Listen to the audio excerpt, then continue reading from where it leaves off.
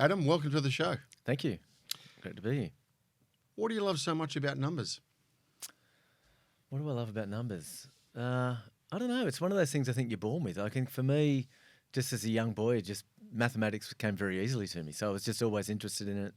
I was always, taking the stats of sport well before stats of sport was a big thing. I'd sit there listening to footy games and cricket, and I'd be writing the scores down on paper bags and taking stats of all this sort of stuff. So I was always very passionate about maths and What are the important stats in the sport. footy game?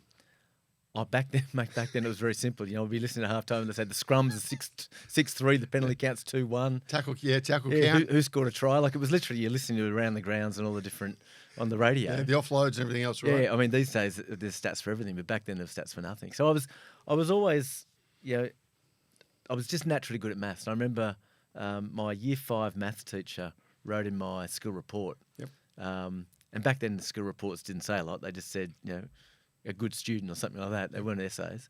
And this person took a couple of lines and said, Adam is gifted at maths. He should pursue a career in this area.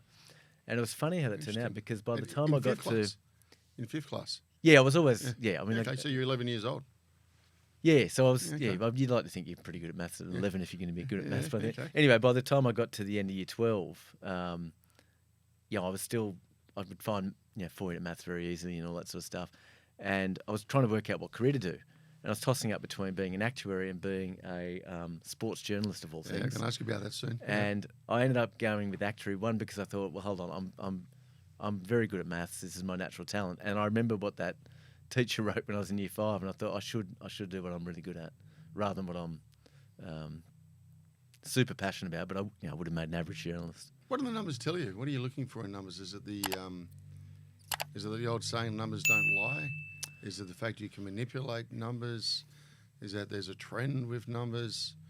Obviously, like you said, yes, you're natural at it, but there was inclination to pursue it in a little bit more depth. What's not the exhilaration, but what do you get out of it? Oh, well, at school, it's just more that you're good at it. It's just okay. something comes very easily. Yep. You'd sit a maths test and other kids would be studying and struggling with it, and I wouldn't have to study and I'd get 100%. So, that's at school is that simple. So if something comes easy to you, then, there'll be things that come easy to you and to a lot of people. So for me, it was maths. Yeah. So I was very fortunate in that regard. And then I think it's just, once it becomes a natural thing, then there's just natural ways that I would look at numbers differently to other people maybe. Whether it's, I would be checking work that other people have done and I would know how to do basic checks of the work that other people wouldn't know how you've done it or whatever. And so then, I think then in business and in sport, it's more about evidence. So it's like, okay, well, this, we know this is working better because we can see it's, 15% better or whatever it might be. And so it's become less about math. I haven't done a maths question in a long time. More about just numbers and data and facts. As an actuary, I'm very logical and very fact-driven rather than getting emotional and carried away about. So how much opportunity, and we'll come to your career where it's moved to, but how much opportunity do you see based on your clientele or those that you engage with is being lost by not understanding and questioning the numbers properly or less and looking less. at the data effectively? Less and less. So when I started, maybe if I take you a little bit steps through my career and how I kind of got to being in Quantium. So I started out, I'm an actuary by background, so I started in actuarial work. Basically... And that was by accident too, wasn't it? When one of your mates were going to go to an open day or something like that? You've done your homework. Yeah. It was. Is that true? Yeah, it's true. Yeah. A guy I went to school with, I had no idea what I was going to do at university. I was like anyone else. Like I went to a normal school. I didn't go to a top tier school in Sydney where you've got people telling you everything you could possibly do. And what, your 40-unit maths class would have been, what, a couple of you? Yeah, about 10 or 12 of us. Oh, gee, that's a lot. Yeah, we had 220 in our year. Yeah, okay. So there's 10 or 12 of us in maths, in 40 maths. And then really had no idea what I was going to do. And one of my mates, I was at his house and his parents took him for an aptitude test and they said, number 1, chemical engineer, number 2, actuary. So he went to the actuary open day and I went with him. And then I thought, that sounds pretty good. I looked it up and said, highest paid job out of uni and you have to do 4-unit maths. And so I did it. It's one of those degrees where when you do it, half the kids drop out in the first year because they do it because of those things and then they work out they're not suited to it. And then for me, it was the opposite. It was just... I was very suited to it. So I started working as an actuary. But back then, if you did an actuarial degree, you would get a job as an actuary or trainee actuary in an actuarial firm. Yep. And so you'd either work in life insurance, superannuation, general insurance, whatever it might be. Correct. And so I did that for a number of years, and I enjoyed it. But then started thinking, well, hold on, why are other, why is it just life insurers and banks and general insurance companies using data to make these decisions? Whether it was how do you price a policy or how do you think about a customer? Surely other industries could be doing the same. Yep. Because this is the early days of companies capturing their data. So back then it was really companies. So you're the premium expert of the early days, were you? In insurance? In insurance, yeah. So right? my actuaries do a range of different things, but the work I was doing was increasingly pricing work for general insurance companies, helping a company price their motor insurance policy or whatever. And I like that because you could influence the future profitability. Yep. And if you think about that, but it's not going forward to the next level, to the preventative. No, that's right. It's not. Okay. No, that's right.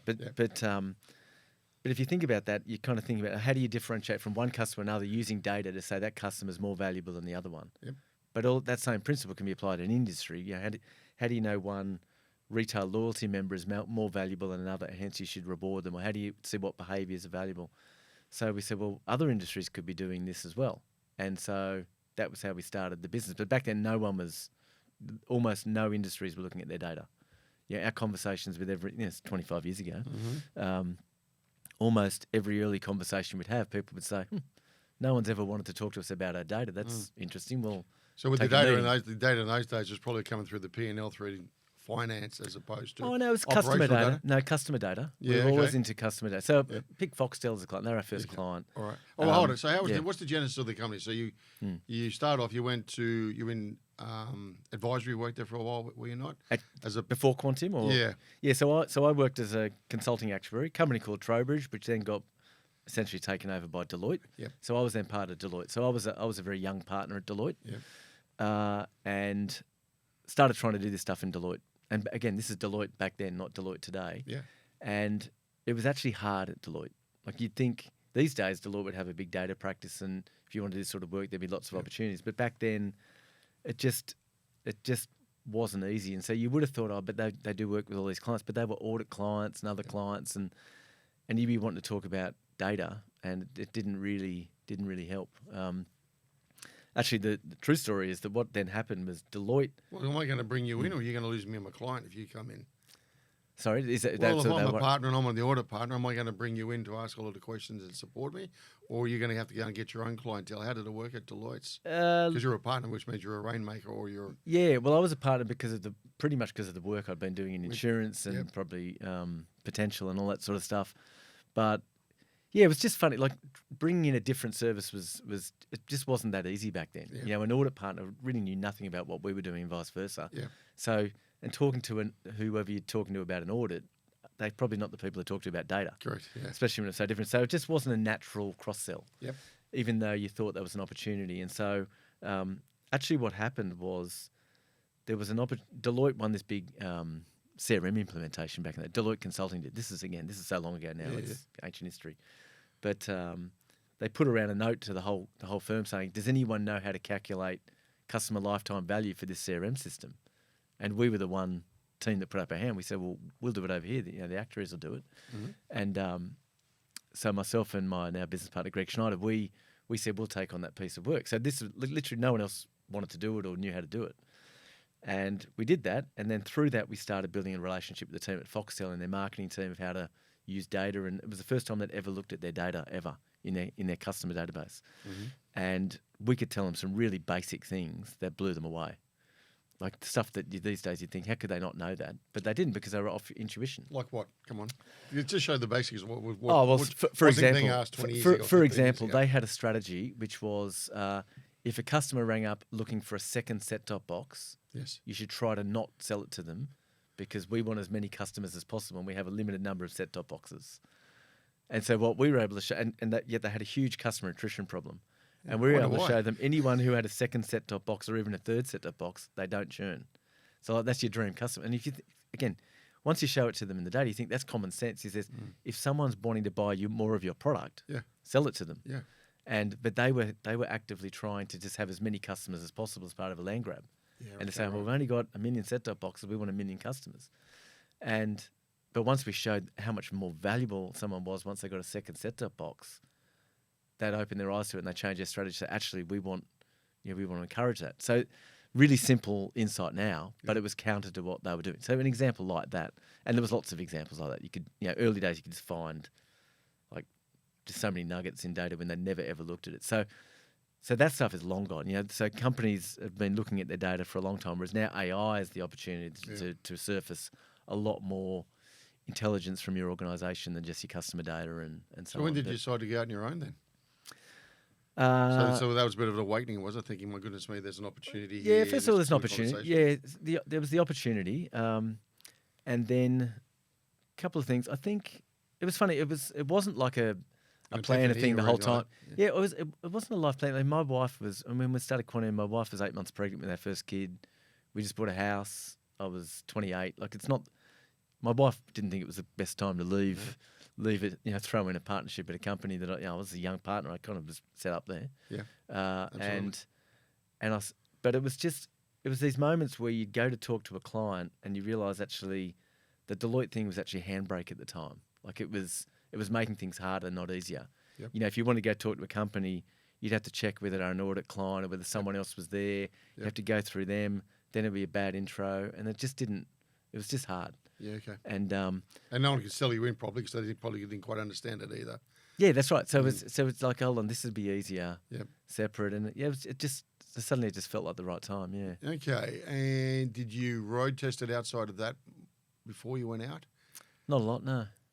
No, like you look back, right. look back, and no, it's not like I went and said, let's go talk to 20 clients. So I think it was about 6 weeks from the moment of thinking, geez, I wonder whether we should go and do our own thing, to starting on day one. Yeah, well, didn't you have a bad experience which sort of drove that? Didn't one client say to you, I'm not going to look at this or something like that? Which you flip it the other way, you go, well, so what? Okay, there's a lot of others. Yeah, we did a pitch. It was more, we did a pitch to, I think it was Unilever back in that, which is ironic because Unilever are a great client of ours at Quantium today, but I think it was them as well, right? Yeah, but I think back then, I remember driving with Greg, my business partner, did this pitch, and he had 1 million ideas for what we could do for them. And some of them were probably wacky and out there, but he had that many ideas. And I'd never seen someone have so many ideas of what you could do with data and so on. And the meeting was a complete flop. Like the guy said, I despise actuaries. You're going to tell me what I'm going to die of and try and sell me life insurance. And I was like, what the hell is this bloke talking about? Yeah, right. And I thought, forget that. Like the fact that the meeting was a complete flop is irrelevant. That's on that bloke. Yep. I was blown away by the ideas that Greg had. Through with, and I thought, other people are going to get this. Not necessarily all of those ideas, but there's something in this. There's so much potential here of what we could do. And I just said to him, mate, we should do it. Like we should just have a crack at this. All right. So what did you set out to do? Really to say there has to be an opportunity to help companies make better decisions with data. That was it. Like that was like simple as that. Yeah, these days everyone has a mission and a purpose. So back then, you didn't write that stuff down. But essentially that was it, saying there has to be a way that, in the same way that we're helping insurance companies and banks back then make better decisions, pricing decisions, credit decisions with data, has to be a way to help other companies make better decisions with data than just using gut feel. Okay, we're going to pause for a second on that. Who's your favourite authors? I don't read a lot of books, to be perfectly honest. Not a Hemingway fan or anything like that? No, I don't read any stuff like that. No, I don't want to say I'm too busy because everyone's busy. I don't invest the time in. I'd rather watch a good TV show than read a book. Michael Lewis, I've read quite a lot of his books over the years. I always liked his books, but I haven't read a book for. Okay, the only reason I ask you that because you were going to be a journo.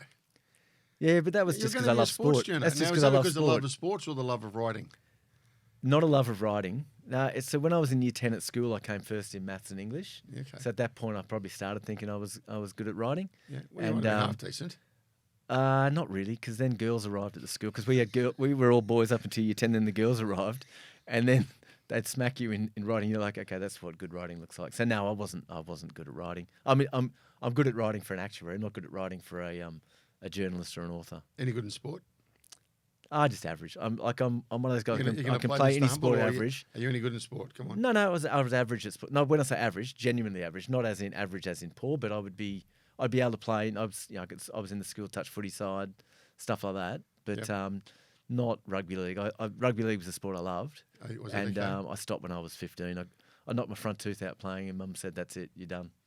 And to be honest, I was done anyway. Like I was already looking at the size of the blokes running at me and thinking about it, so it wasn't for me. Did you have a crack at being a? Did you put your application in to be a cadet, journalist? At all? No, I never got Didn't that get far. that far? No, it was one of those ones. Maybe I actually did. deep down. Did you? Yeah, I had a crack. Yeah, Did you? Yeah. I had to go and do an interview. I actually interviewed Warwick Kappa. Actually, funny enough, all those Did years you? ago. Yeah. Yeah.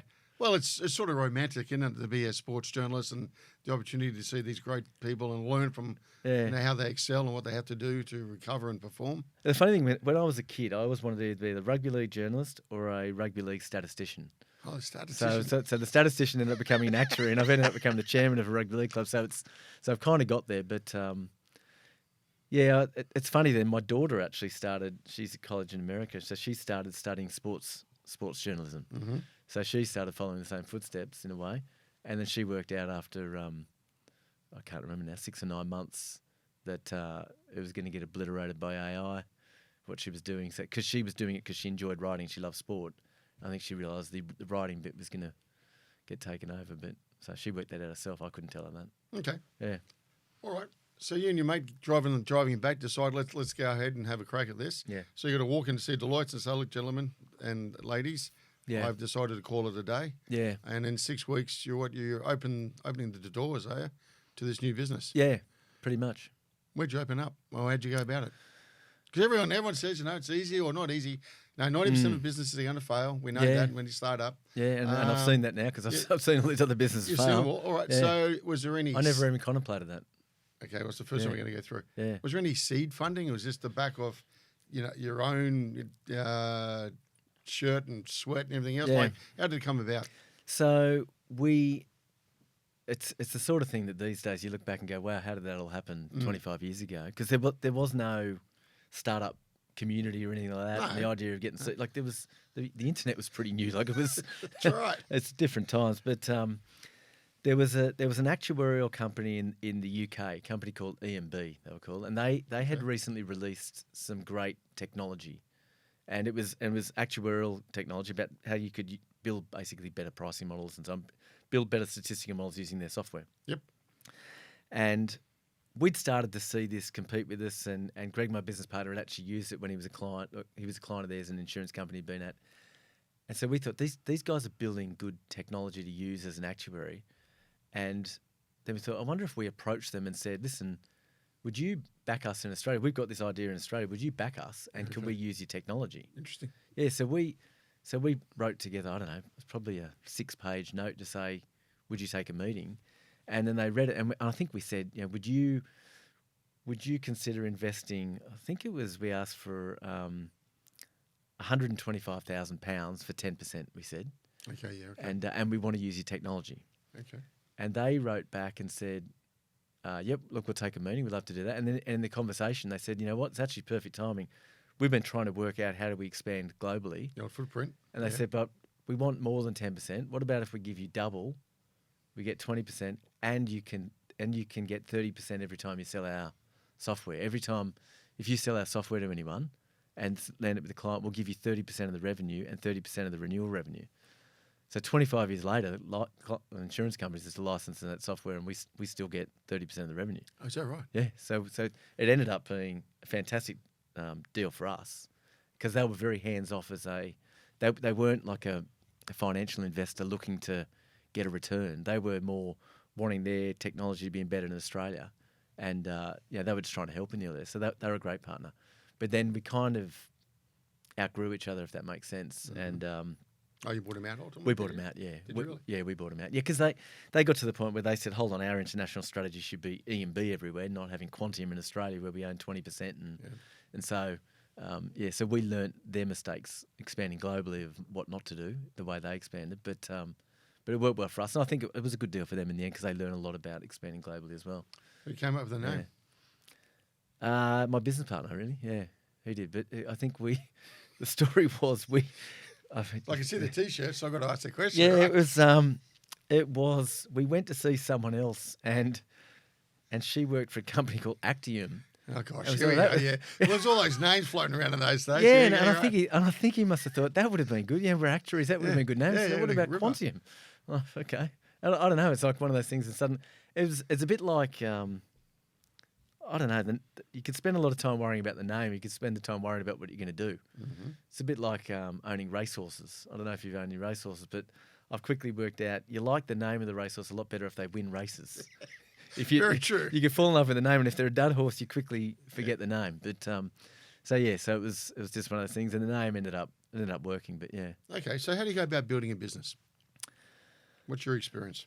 I think being two things I'd say that we always were. It was very much customer focused and team focused. So it wasn't about how do we.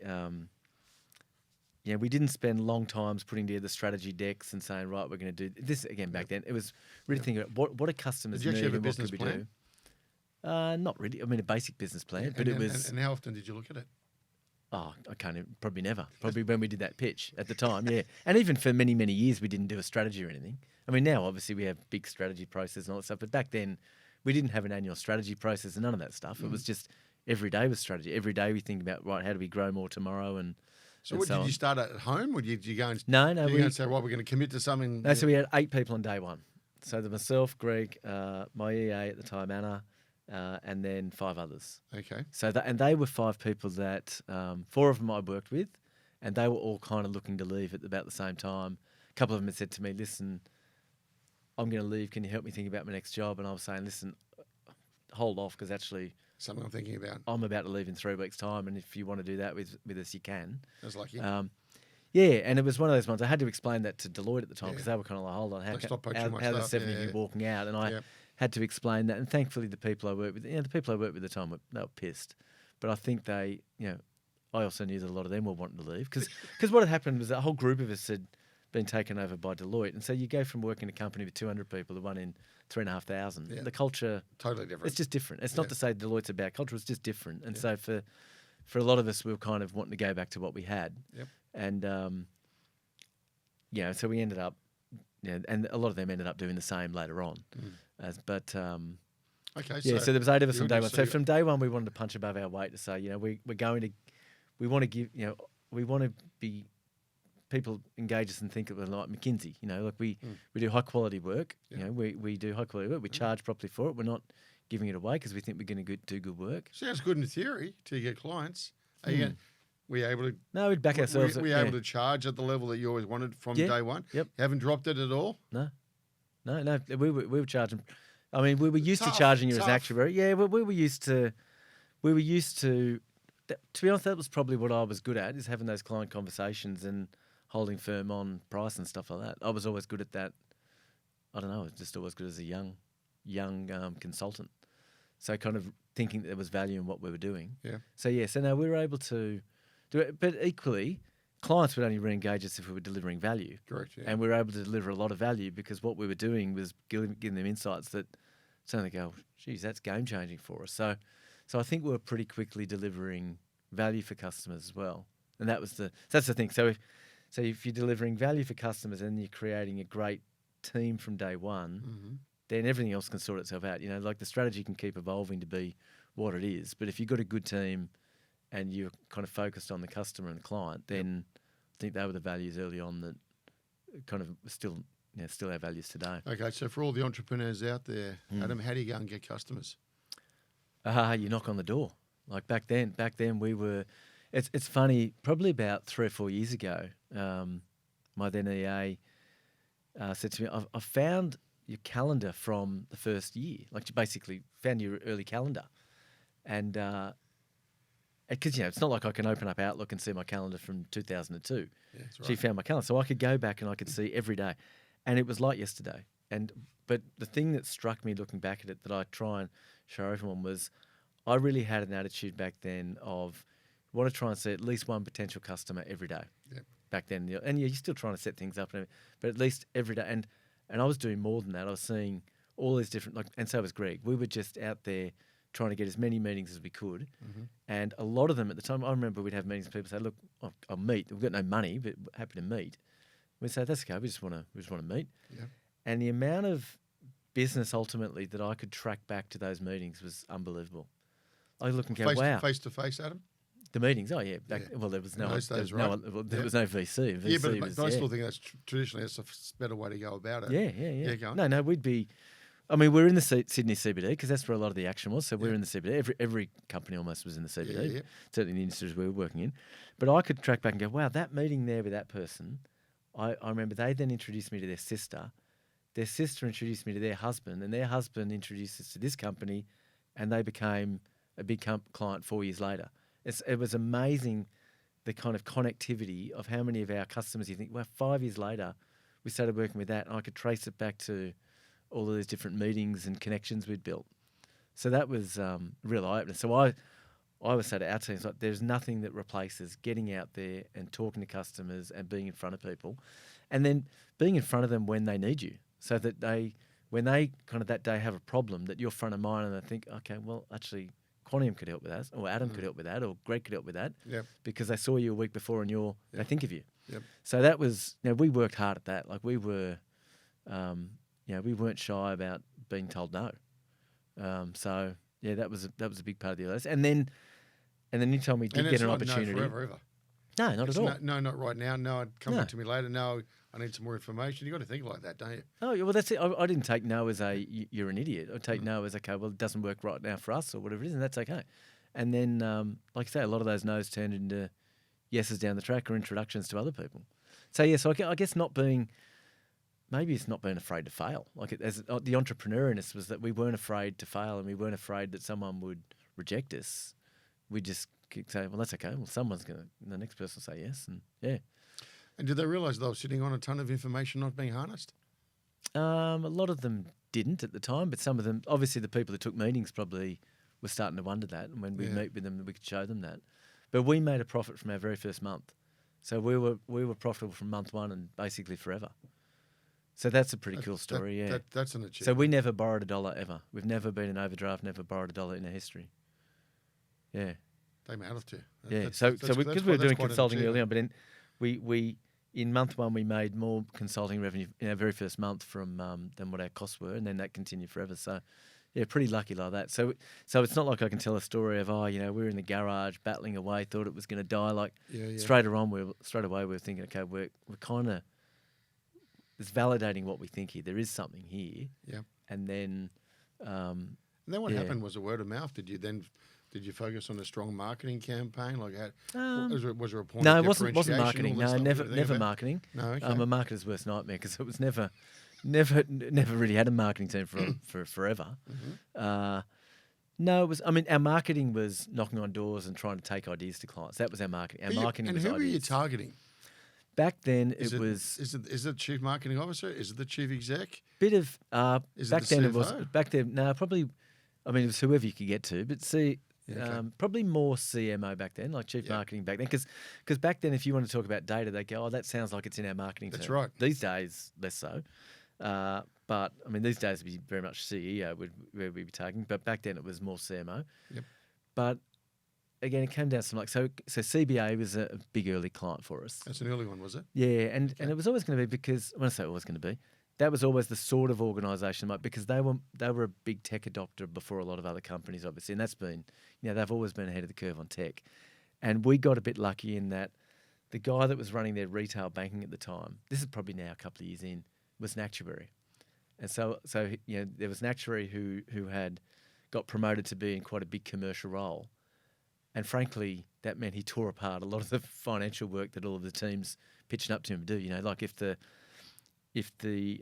deposits team were putting up a big strategy to him and they had numbers in them, he would get them and tear them apart as an actuary. Yep. And so I think those teams started going, hold on, this guy will listen to you. And so a lot of teams started realising we could help them be credible with the CFO. So even Foxtel, for example, we'd be working with the marketing team back then, and these people, they were great people, but I could see the fear in them presenting to the CFO and the CEO because they get asked questions on numbers and they couldn't go to toe, and I'd be like, oh, I'm cool with that, like that's fine. That's kind of almost I'm presenting to my kind of people then, and then we'd help them get a lot more credibility about the numbers of the work they were doing and stuff. So yeah, again, different times. So when you're at CBA, what did you help turn around then? What did you? Oh, I wouldn't say we turned anything around, but it would be more. Well, why am I engaging? What are the sort of stuff? Yeah, I mean, it'd be, again, big decisions they might be making around data. So I'll give you an Okay, so, example back yeah. then. Yeah, an example back then was, again, so long ago, it's way Mm-hmm. beyond confidential. But they were working out, they had a transaction account. They would have lots of different ways you get charged fees on that transaction. Yep. 50 cents per ATM withdrawal, 30 cents per deposit, whatever it might have been. Yep. And they were trying to work out, should they switch that to be $5 a month for all all the transactions you want, or should they give it free for some customers and so on? And this was a huge decision for them, that sort of decision, because they were getting a lot of money from those fees. Right. But equally, they had a new competitor like ING come in saying, we're going to switch the model. So there was a lot of financial modelling which had to happen around what would be the impact of those changes. Sure. Not just where do we get the money today, but as you start changing assumptions, what would happen to the change of the mix of those fees, and could you look at different scenarios to say, is this decision going to cost us $200 million or not? So that sort of stuff. So it was kind of big strategic decisions they're trying to make about the pricing of their, in that case, transaction account, and what's the financial impact. So that was an example where we'd bring the financial rigor to kind of a pricing decision or a marketing decision. Whereas then ultimately we could start saying, well, we think we could build you a predictive model of that. As we say, is that what it leads to next?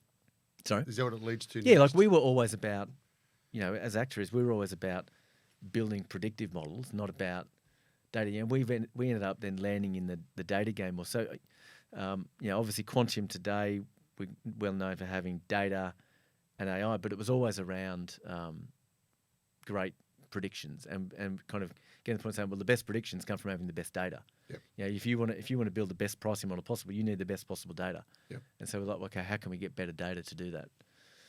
And how does one get better data? So Well, the I'll give- organisation used to walk into there. Was there a good gathering of data? Was there good Oh, pools mix, of data? mix, Was mix. there Oh, good back, lakes of data? no, all that back stuff? then it was a real mix. So, Yeah. so most clients, their data would be in pretty poor shape because they hadn't used it. Yep. And so we'd say, hold on, we're trying to use this, and we've got to fix this, this, and this. And clients would never like feeling like they're paying for you to manipulate their data. So we'd have to change the way we would show our pricing because, to be honest, Because you're engineering the data just to start with, right? of course, yeah. So as an actuary, a lot of your work is actually getting the data in the right shape and creating new variables off the raw data Yeah. to be able to build a predictive model. That's right. But clients don't see value in that at the time. Don't they? Well, they didn't back then, but now they do. But back then, they would say, no, we don't want you manipulating the data. We just want the model. I'm like, yeah, but the model comes off the data. Yeah, But that's so, right. so you kind of just have to just say, look, let's just think of it all one big piece.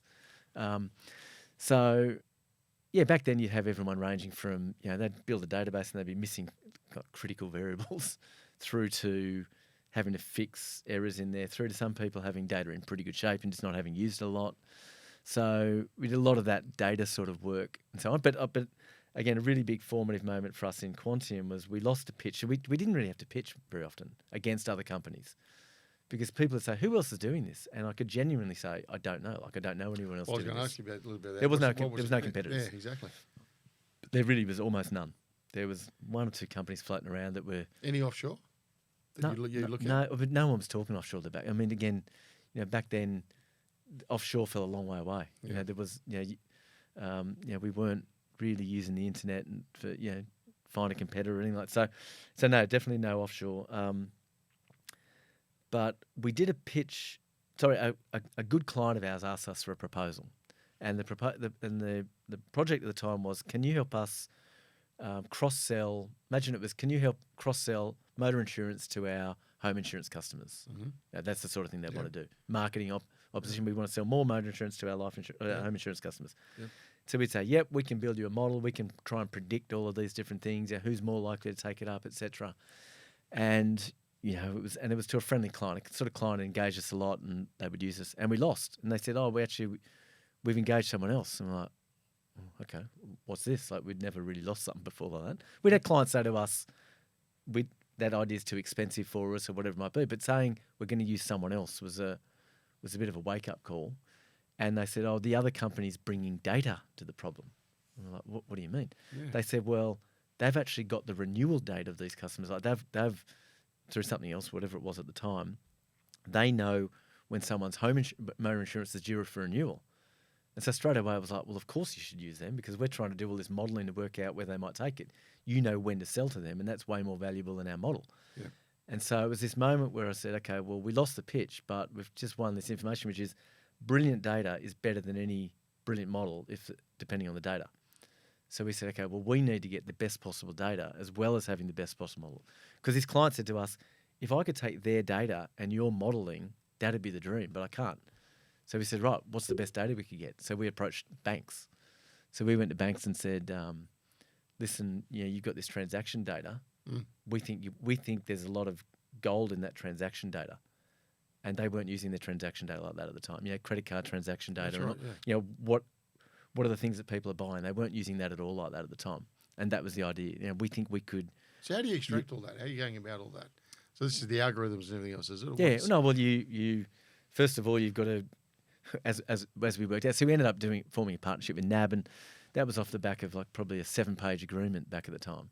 By the time these days it would be a couple hundred pages, would it? Oh, it'd be a couple hundred pages, but it'd also be a 2-year negotiation of everything, and it was very different back then, obviously. But so it was like 7 pages of let's give this a go.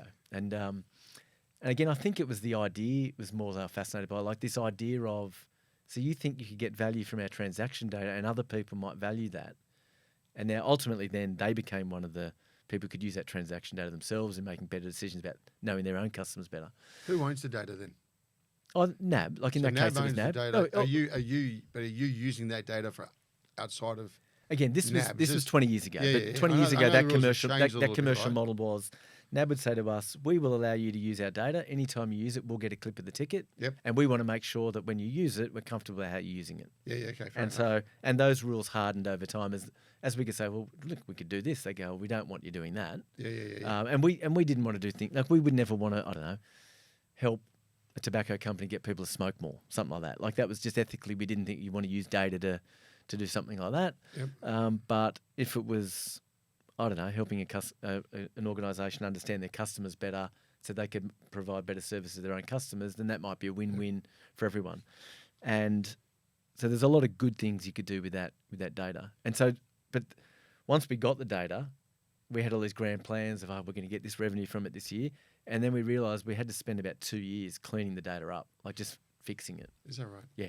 Yeah, because there'd be all these automated codes that would say, I don't know, that this, like the transactions, like back then, think of it, whoever installed the machine in a retail store, Yep. they would type in the name of the brand and they'd make a spelling mistake. So they'd type in Liquorland Willoughby, and one of them would write Liquorland Willoughby. The next guy in the other terminal, or maybe the next time he writes L/land Willoughby. Yeah, right. The next one might write Liquorland, not say Willoughby. And so you got to work out, hold on, all of these transactions here, they're all the same company. It's Liquorland, it's in Willoughby.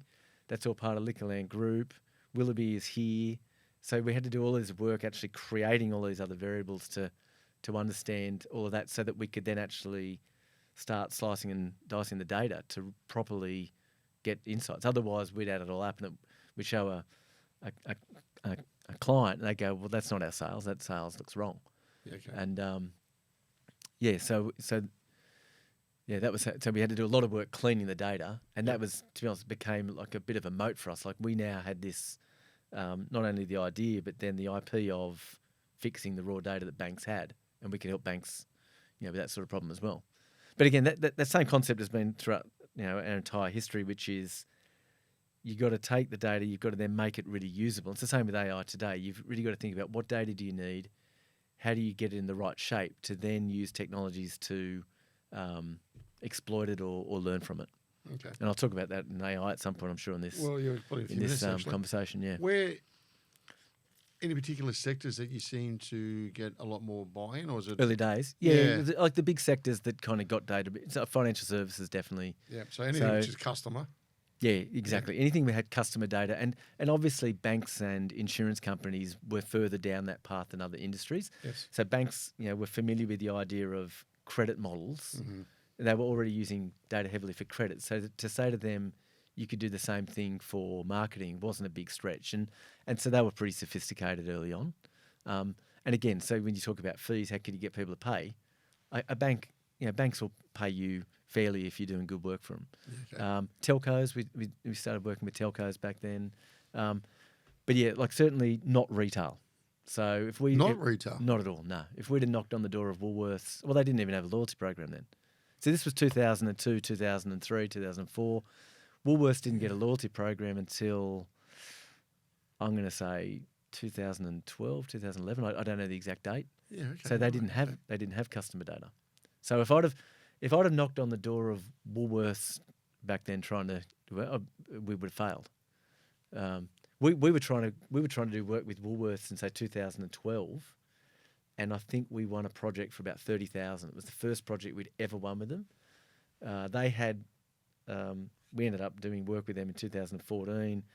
They had in total 17 people in analytics across the entire organisation, 200,000 staff, 17 people across the whole company that they would say looked anything like analytics. These days there'd be, there's we do a lot of work from them. There's thousands, but yeah. So that gives you an idea. That's only 14 years ago. Wow, massive shift, isn't it?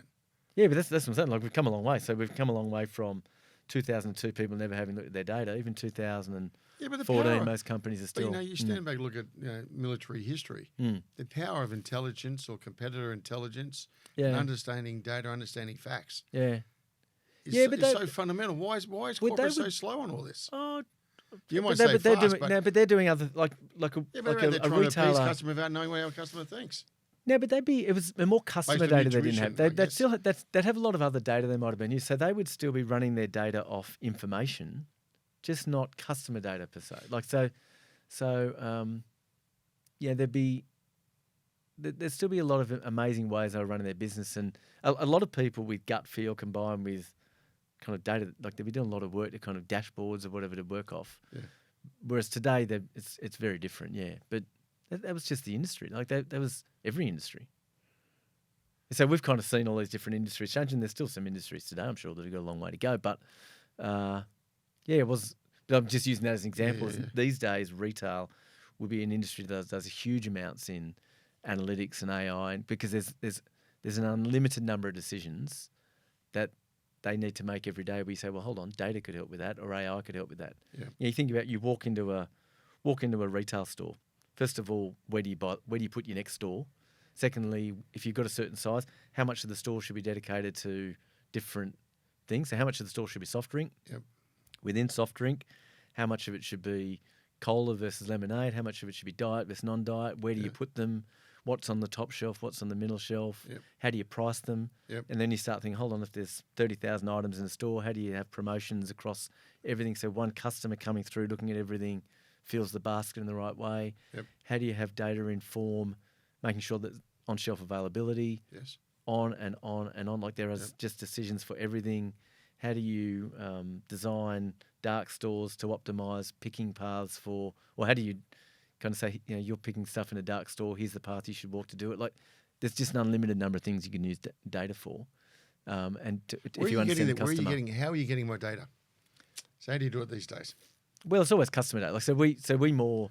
I mean, back in the early days, a company would almost give us a CD of their data, and we would process it. We would have the ability to process their data. So it's almost like we had better computing power than they might have had for what we're trying to do. Yep. And we had the technology to do it, and they didn't. And you're probably sharper asking the right questions as well, right? Yeah. And extracting, it's one thing having data, but if you don't know how to ask the right questions. Even to be able to go and extract it, they'd have to say, well, we don't know how to extract it. We'd say, well, okay, we know how to extract your data from your system.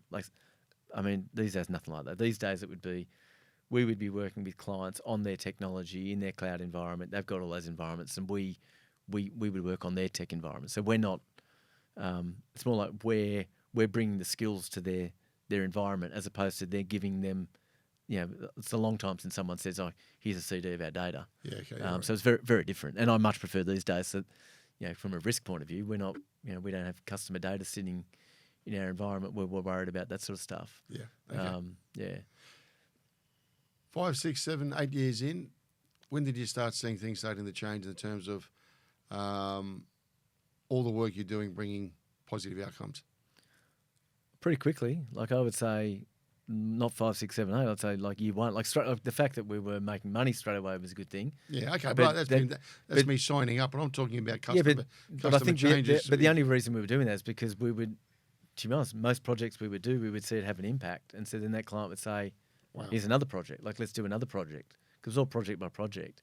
And so we've got companies today that we work with that, we still work with Foxtel, we still work with Suncorp. We worked with Suncorp for forever. Like Suncorp was one of our first ever clients. I mean, gone through every iteration of Suncorp and Prominent and all the different brands. And so they were one of our first ever customers, and they're still a great customer and partner today. So there's a lot of these brands we've worked with throughout that entire period. And ultimately, I think it's because we've always been very focused on how to use data, AI, technology to deliver value and impact for them. That's what we do in Quantium. Like, we are very focused on creating value from data, not building something so it's beautiful. I mean, early days I learned that with Foxtel, I was presenting some stuff and head of marketing. And back then there was actually a professional standard as an actuary said if you present work as an actuary, actuarial advice they called it, you had to be able to then give the client enough data that they could replicate your work. Kind of look at that and think it's ridiculous these days because there's that much data. But back then that was the rule. So I would present the findings to Foxtel and give them the appendix with here's everything, how we did everything. And this CMO at the time, which they don't want anyway. The CMO said to me at the time, he said, I'm explaining this all. He said, look, mate, we don't give a shit how you did it. Like, just what do we do with this stuff? Tell me what to do. And I'm like, okay, great, this is what you do. And he's like, brilliant, let's go do it. And so I had to have a conversation with the Actuaries Institute at the time, saying, look, I know you think it's cool that we're doing this work as an actuary, but if we have to comply with this professional standard, we're going to have to stop calling ourselves actuaries. And so they looked at that and to their credit said, you know what, we won't deem what you're doing actuarial advice, so you don't have to worry about that standard, because I think they realised that it didn't make sense for what we were doing there. And so it just meant early on we were always then very focused on, right, people want to pay for something that delivers impact for their customers, and ultimately most of the time that's P&L impact. Did you change your business model or pricing? And when I'm thinking about that, if I'm getting sudden impact from the clients that I'm working, which are very much customer led, as you said, and it's measurable, hopefully as well, or reasonably measurable, am I going to clip the ticket instead? Is that the way you do? There was moments where we did. Always found that hard. Yeah, there's other things you can't measure, I guess. It's just there's a few. I mean, there's some work that we do success based, but the idea of the clip of the ticket model, and maybe we missed a trick at some point. There are some great businesses that have done that, but what we found was, if the work was too much success based, what would happen is once clients started really believing they were going to have the success, they didn't want to give away too much. So if they thought that this is going to be, hold on, we're almost certain to have to pay you this, then they'd say, well, we'd actually rather pay you fixed fees or whatever it might be. And then there was always too much risk that, hold on, if the client doesn't, we're ultimately not responsible for implementing something. So there's a lot of risk that we might kind of give them all these good ideas and then they don't implement it properly, or you can't measure it properly. So there was just things that made it hard. And so we ultimately haven't done a lot of that over the years. We've done a little bit of it.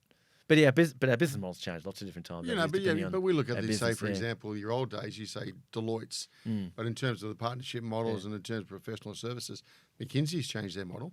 Yeah, and they went to more of an outcome-led percentage on the final part. Yeah, and I think they've now changed it again, but maybe for your reasons. I think where they did that well would be if you've got CEO. If it's an engagement with the CEO, and the model can almost be to the CEO, if at the end of the engagement we agree it's delivered value, we'll sit down together and agree that. Yep.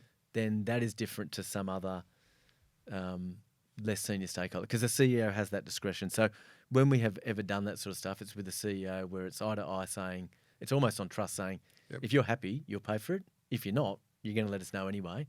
And not only will you not want to pay us a success fee, you won't want to engage us again, and that's fair. So that's a commercial CEO to CEO. We've certainly we do that sometimes with CEOs, but less clip of the ticket anyway. You gone offshore?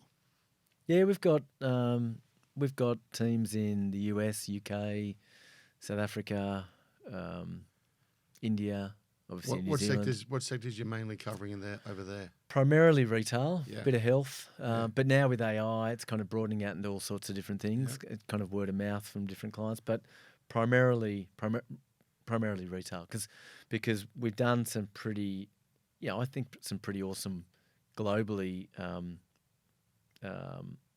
good work for Woolworths. Yeah. We can't take that to other retailers here for obvious reasons, Mhm. but we can do work with other retailers in other markets and big retailers and The Walmarts of the world type yeah, thing? that So sort of there's stuff. relationships there between those work two? with, yeah, there is, and we did a lot of work for Walmart for a period there, and we work with a bunch of retailers in the US at the moment. And again, I think there's a lot of things that we've learned at Woolworths that we can deploy there, and then ultimately, if you then solve something new for them, we can bring that idea back to Woolworths as well. So there's benefits that way. So yeah, we do a lot of work for retailers overseas and health as well. What are you seeing the difference between the markets in retail? Look, I think Australia's pretty advanced. It's pretty easy to think that, what do you learn from the US you bring back to Australia? I think it's more the other way. Really? Yeah, definitely. Yeah, okay, that's interesting. Yeah. I think. I thought the Scandinavian countries are doing pretty well. Oh, there might be. I haven't done work okay. in Scandinavia, but no, I haven't. Nothing's come up. Like there's obviously some great retailers doing certain things, but I haven't seen or heard anything where you go, that's just beyond what we're doing here. No, I think Woolworths doing some really good work, and we're part of that. But also, Brad Banducci, when he was CEO, in particular, really drove tech and AI to be changing the way they did things, and Amanda's continued that in her role. And so I think their leadership has really led to Woolworths doing some great work, and I'm sure Coles has been doing that as well. So that work stacks up when you take it internationally. Okay. Definitely. And I don't know what it is. I think there's something about Australia where competition. But we are the land. Hold on, we are the land of duopoly. Yeah, but that duopoly. You've got to be realistic about it. Yeah, we're not getting knocked over by umpteen retailers down the street or umpteen health companies down the street. No, that's true. But there's limited opportunities to grow. Like it's not like you can't just be lazy and grow in Australia either. You got certain size in the population and so on. So. I don't know what it is, and I think maybe the duopoly competition does make you want to, you're beating one competitor. I don't know what it is, but definitely the Australian retail sector stacks up in terms of what we do, for sure. So what's changing? You mentioned AI. Yeah. Come on, what's changing in your world? Well, I mean, AI is obviously disrupting everything for everyone a lot. So probably, at the end of the day, what we do is AI. Like it's helping companies understand their data and then applying AI to that. AI, now people understand and think AI is, okay, that means I'm using ChatGPT or Claude or whatever it is. And so that's generative AI. And so that's helped the average person understand AI like they never did before. But that's essentially what we've been doing forever, right? Yeah, Which exactly. Is take data, build some sort of predictive model off it, and then use that prediction to do something. It's just that now you've got these phenomenally good predictive models, these Gen AI models. So we're kind of fortunate in that Quantium, we've got a team of, today we've got about 1,300 people who are expert at doing that sort of work. And about... How many you got? 1,300? Yeah, about 1,300, yeah, wow. Something like that. I've done changes week to week, but about that. We're obviously looking at all of these technologies that were coming. So we were never looking to build our own, because that's, the cost of building those platforms is enormous. Yep. Amazing companies, but we were keeping an eye on, how good it was, and I was playing around with it, probably more than the average person, obviously, because of my nature. But you think, oh wow, you can use this ChatGPT thing. Geez, it can write a good poem. But I wasn't looking at it thinking, geez, it's going to change the way we code everything at work. So it was good, but it wasn't good to the point where you said, if we don't use this at work, we're going to be screwed. And then all of a sudden, the models went bang. They hit a level of intelligence where you said, hold on, we can use that. And there's some errors, but we could use that, and that could save us time. And the trajectory here is such that it is going to change the way we do everything. And so we pretty much overnight, well, it was overnight, I was in South Africa with a couple of my colleagues on a strategy we were on a safari just thinking about strategy and stuff. And I wrote to the team back here in Australia overnight saying, I know you're preparing my strategy presentation for a couple of weeks' time. ditch it all. We're changing the strategy, and what ultimately we dubbed all in an AI, which was we're changing it so that we can give everyone all of the tools, and we're going to expect every single person to default to using AI technologies to help them with everything they do every day. So every person, every task, every day. Every task. Yeah, every task. That's the default. Every task you should default to, how do I use AI to do that? And so that was like the mindset shift to say to everyone, it's not about what are the 3 use cases we're going to use AI in our own business to do. It's the expectation is now you are using it for everything. And we will give you the tools, we will train you. And even that, saying that strategy was like, okay, so the tech team, you've got 6 weeks to have the tools in people's hands, and you've got to stop telling us all the reasons why we can't put this technology in.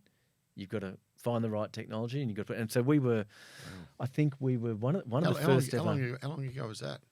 2 years ago. It was 2 years ago almost to the day. Like it was late June 2024. Yeah, okay. Because the latest. So to give you an idea, again, things moved pretty quickly. Claude, Anthropic didn't have an enterprise version of Claude at that point. Yes. We were one of the first ever enterprise Claude clients.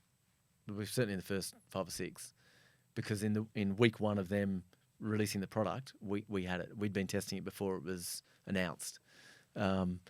Because to my team's credit, they said, look, these Anthropic models are pretty damn good. Now, by the way, these days, all the tech's good, but we partner with all of them. But so our team had these tools in their hand to use, to give to everyone to use in a time when, most, virtually no other companies were doing that. So, and I started role model. They were seeing I would use everything, and so my team pretty quickly realised that every time I'd ask them a question, if they weren't using AI to answer it, I would say, mate, I can get the answer right now in AI. Like, you need to be doing the same. And so that, it wasn't a fear, well, I hope it wasn't. It wasn't meant to be a fear thing. Yeah. It was really, I was role modelling as a CEO, I'm changing how I work, and my expectation is every single other person will as well. And so we've done that. It's been absolutely the right thing. It's been amazing. And so we're seeing our clients do that.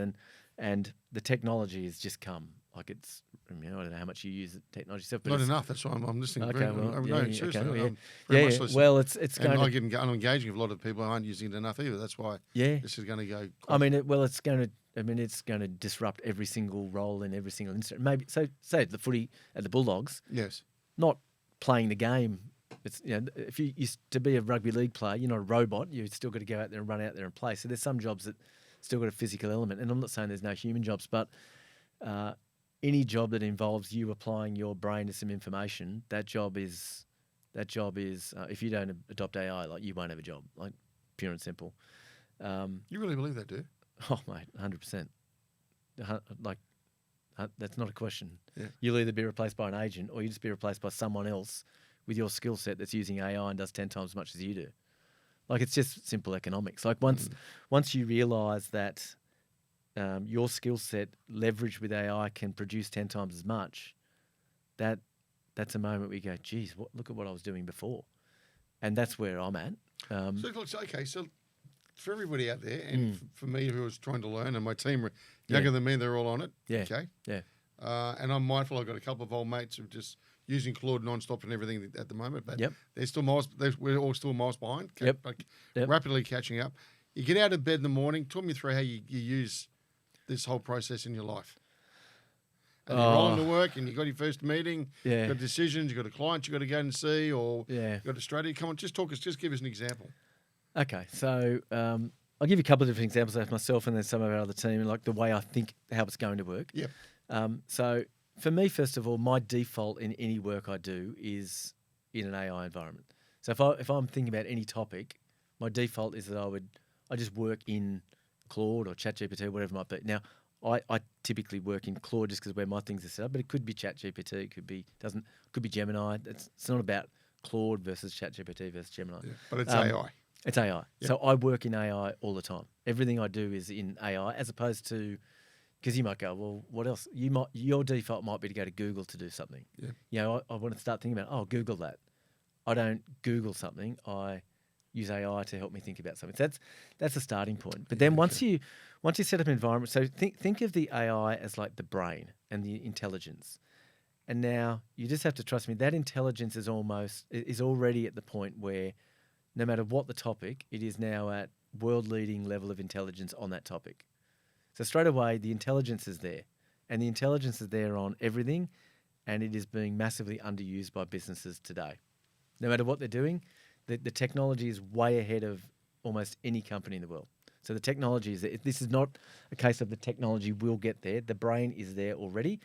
The brain's only going to get better. It's not going to get any dumber. It's going to get better. How much better, who knows? But it is already phenomenal. So then it's about, well, how do I set up my environment to now leverage that? Because anyone can go and license ChatGPT or Claude. Yep. So now it's about, well, what information do I give that? So if I've got a strategy at Quantium, well, I want it to know my strategy. So I would give it my strategy.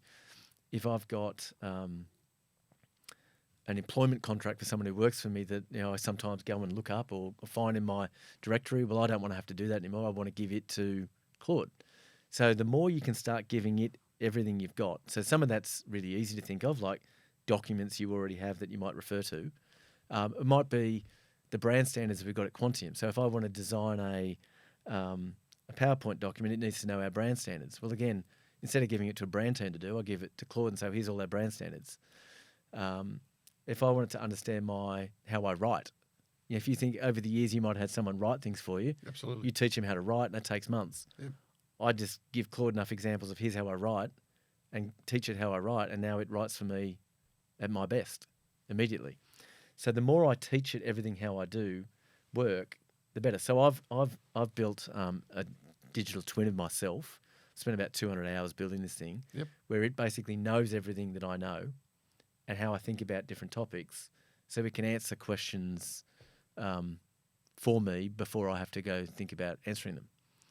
So I know that sounds a bit weird, but like you said... No, I got told about this a couple of years ago. We had a futurist used to work with us, Yeah. and said that, and it sort of blew me away. So it's actually happening, right? Yeah, and it still has to be my thinking, because otherwise, so for example... And is it your thinking when it comes back? Yeah, because I've built my thinking into it. That's the whole idea. So, for example, your team sent to me, here's some questions Yeah. we might ask you in a podcast. Okay, Yeah. cool, whatever. So the first thing I would do is just run that through my digital twin. It's okay, what's the digital twin? And the digital twin is meant to be, if I spent the entire day or 3 days thinking about how would I answer every one of those questions and how would I craft the answer, that's what the digital twin should come up with.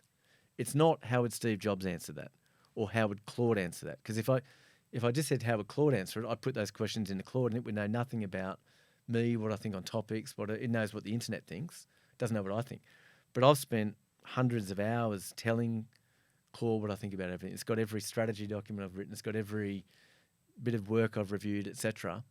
And so it now can start saying, well, this is your view. So, for example, you might have a question about, who were the influences on you in career or in your parents, whatever it might be. Yeah. I've taught it all of that because I know I get asked it all the time. Yep. So I've spent hours recording this stuff into a recorder and built all of these different assets into AI so it knows that. So it's an example of context. So the more context I'm giving these tools, I've now got the brain and I'm now giving it also the other context. So think of that as the data. Okay. Yep. Right. So data in the old days was capture data from a customer. They do a transaction, capture it electronically. Now it's, well, hold on, capture it by recording it and telling AI what all these things are. So every conversation I have at work, record my meetings. You do? Yeah, big time. Yeah. So all of my work meetings get recorded. They automatically go straight through AI and it automatically produces all the notes, all the actions, and it remembers it all. So next week when we've got a meeting, it remembers everything we talked about last week. Or if I'm having a one-on-one with one of my team members, it remembers and knows all of the different things I've got going on. So it's starting to help me with my memory. And someone might say, "Oh, well, that's just replacing what you do." The one-on-ones you're gonna tape, or sorry. Yeah, we record one-on-ones. Yeah, and my direct reports know that. Right, we do that. And then when you walk out of those meetings, you think back, "Well, I could have done better," or something like that. You're gonna record that as update how you feel about that. Yeah, so as it gives well? us feedback. Yeah, so I get AI to give feedback on the conversations, Yep. feedback on our leadership meetings. So Yep. for everyone in the meeting, here's what you did well, here's what you could have done better. Here's as a team what you did well and could have done better, like all that sort of stuff. But all of that becomes incremental information and data Yep. that we're saving for the company. And the more you start building up this amazing repository of data, and that is the competitive advantage of your organisation. It's the collective knowledge of the people in the organisation. And you need all of that. So again, in a business like ours, it's like, well, every project that we've ever done, every proposal we've written, how do we write that proposal? Did it win or not? How do we write it? So the next time we get a question, I could say draft that proposal, and it'll look at all the best we've ever done, and it'll draft it for you. So rather than take 2 weeks to draft it, it's probably take 5 minutes, and it's probably pretty bloody good. And it's in all of our formatting because we're told it our formatting. And so this is an example. So it's starting to replace a lot of the work that humans otherwise would have done, ideally to free up humans to then think about the next thing and to build the next thing, as opposed to just to replace them. Does it help That with makes actual sense. thinking? Big time, yeah. So, because some people might think this is to replace your thinking. They're saying, oh, well, so it doesn't sound like you're doing the work. It sounds like you're getting AI to do the work for you. Now, freeing you up to do the critical thinking. That's right. So that would be a really lazy way to think of it. And if that's the mindset of someone, it will be the mindset of some people, they will end up unemployed because they're not adding any value on top of AI. But for me, I'm saying, hold on, now this is just, I'm now using this I use AI to like push my creative thinking, challenge me on everything I do. So anytime I'm coming up with a strategy or whatever it might be, I'll be saying, tell me what I might be missing. What's my blind spot here? What's this? Test this. Yeah. Simulate a group of customers, how they're going to respond, whatever it might be. How will this land with the team? And so you're really using it to push your thinking and knowledge on topics a lot. Yeah. So that's how you can use it. Like a great leader or a great expert on something, together with the AI, they will be better. And that's why, and they will end up then much better than someone who's just one of the better than AI on its own, and better than an exec who's not leveraging the tech. Let alone all of the admin stuff that you can just automate away. So back to your how could your day start? We're just building some tools at the moment within Quantium, which is almost so that at the start of the day I could just open up a tool and it would say, right, I've gone through all of your inbox, all of your Slack channels, whatever it might be, and I've gone through your calendar. Here's the meetings you've got today. Think of it like a digital chief of staff. And it said, for this meeting, I've read the pre-read. Here's other things you need to know. You should go check this in the pre-read, and actually flag with everything. You've got a meeting with Natalie at 11 o'clock. Don't forget to raise this, this, and this from last week. So it's really just like if you had a chief of staff working for you, sitting there, telling, like a lot of CEOs do. Yeah, absolutely. Telling you, you're about to walk into a meeting, they're giving you all that. I'm getting that from AI automatically. And equally, I could have it go and look at all of the news services overnight that I want to listen to all the podcasts that I might want to listen to, crystallising what all of that means for Quantium or for the Bulldogs, and trying to help make sense of it. So that's trying to kind of crunch down a lot of those inefficient tasks and make them better. And then it could potentially say, and by the way, I've drafted the email for you with your twin to this here. Are you comfortable with that response? If so, press send. All right, so from 2024 to 2026, 2 years later. Yeah. What's the look and feel? What's the feel like when I walk into the organisation now? Well, everyone's using AI for everything, for one. So we made that pivot. So early on, you're tracking adoption, like what percentage of the team are using the tool every day, and we probably because of CEO adoption, we got pretty high pretty quickly, and then it became more about intelligence and smart. So I would say the journey that you end up then going on as a company, is early on it becomes about almost individual efficiencies. So, okay, so I've just done something and now it's 20% quicker. Like, that's a lot. Like 20% is a lot. That's huge. But if everyone suddenly becomes 20% better, that doesn't mean that the team gets 20% better. So then you've got to say, well, actually, how do you reorganize the way a team works to use AI to be better? And actually part of the answer might be, well, you need half the size team. So you need to truly then reimagine how a piece of work gets done. Or even if it's not just the team, like what's the process that we follow here? And actually, should it be a different process? So rather than using AI to optimize each of the steps of the existing process, you should think, now we've got this AI technology, what should the process itself be? How do you change that? And that's when you transform a process. Because the danger is if you don't, and almost every process will be able to be transformed. If you don't, the new competitor that's going to come and get you, that is how they're building it from scratch on day one.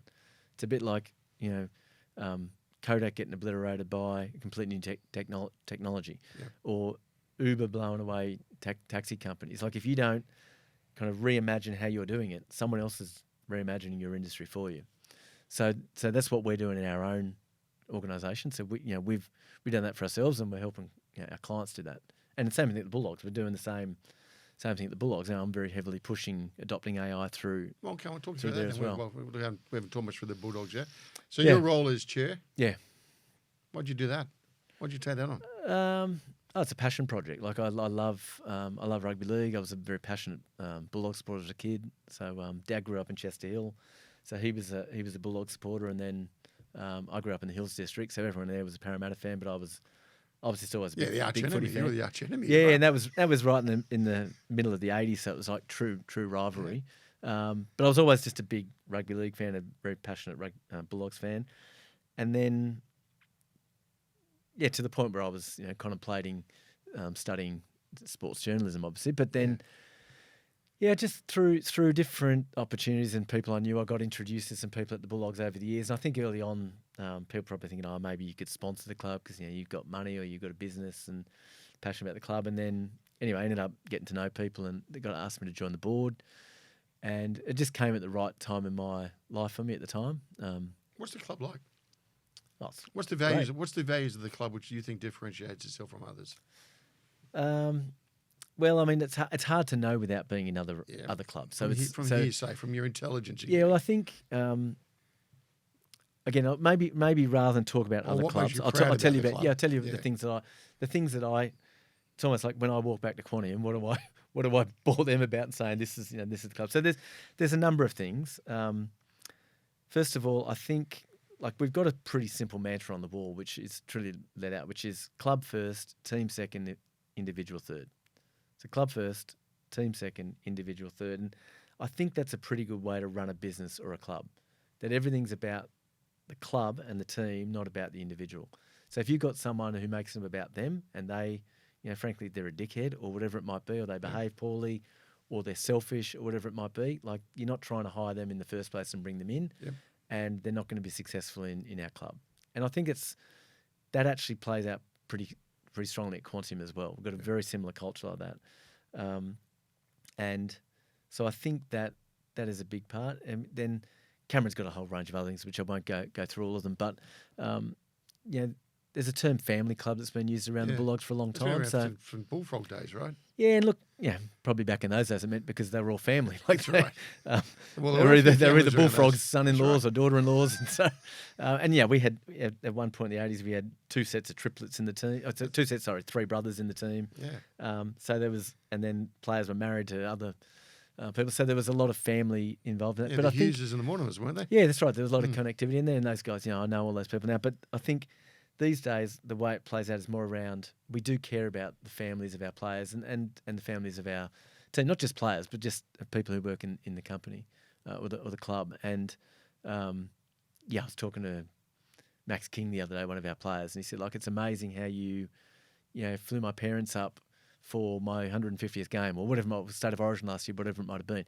And when you do that, believe it or not, that has to hit the salary cap because it's a benefit to the player because blah, blah. But you still think, right. but hold on.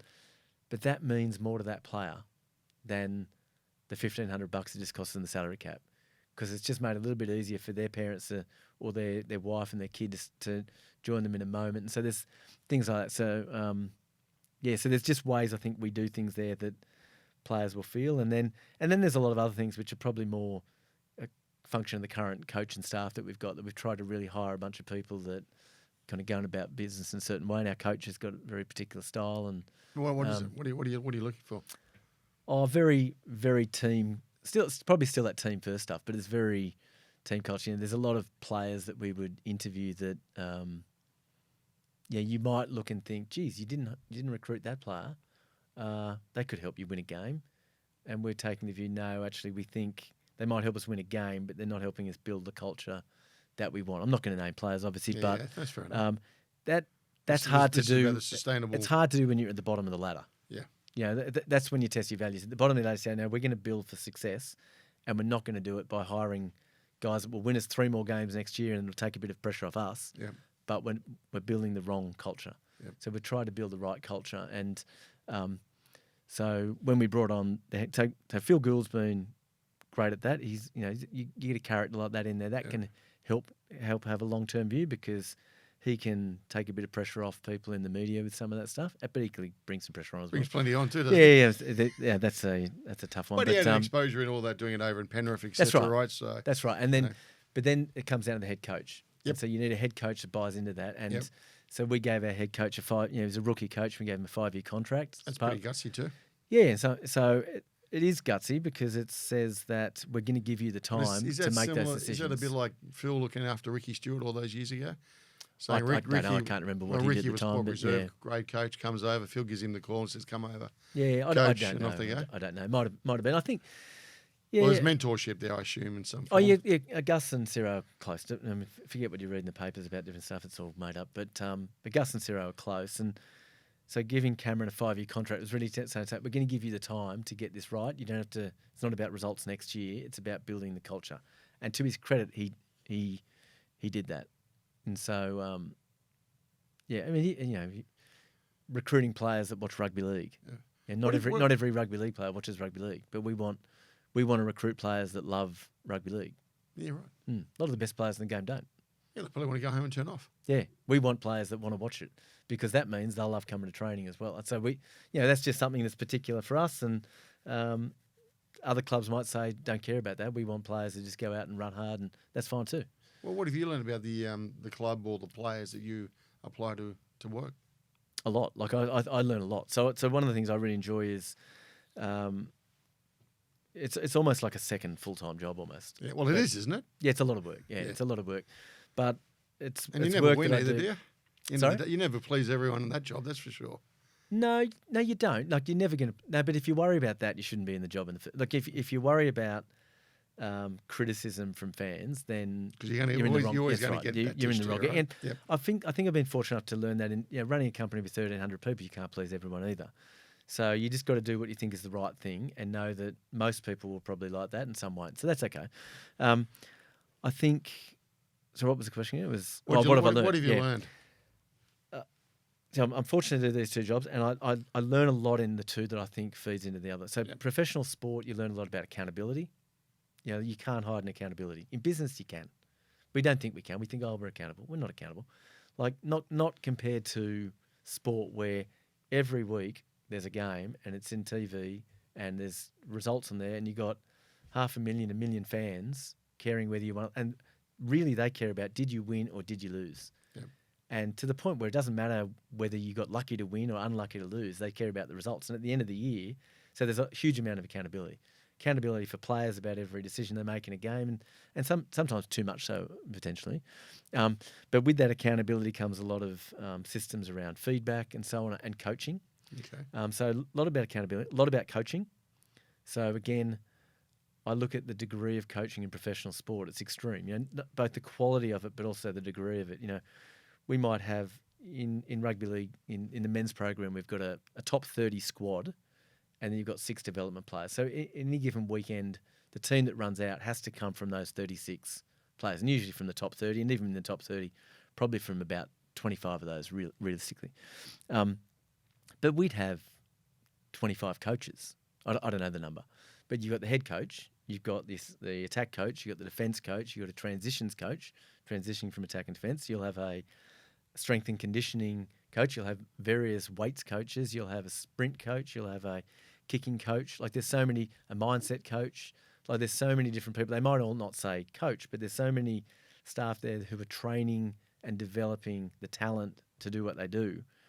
I then come back to Quantium and go, right, we've got 1,300 people. There's no one whose job it is to be a coach. We all think we're coaching and you give feedback, but most executives are pretty average at giving feedback. You know, they duck the tough stuff, or they don't do it well. And if they do give feedback, they're not good at coaching on that feedback. You know, how do you actually get better? And so I then see professional sport, how they do it. Yep. And I'm like, wow, we've got so much to learn. So what I'm trying to do is say, well, we can't afford to have 1,300 coaches for 1,300 people. How can we use AI to build out that coaching in Quantium to kind of replicate some of that? Whereas at the Bulldogs, I'd be thinking, okay, how can I bring AI tech to help them get better at different things as well?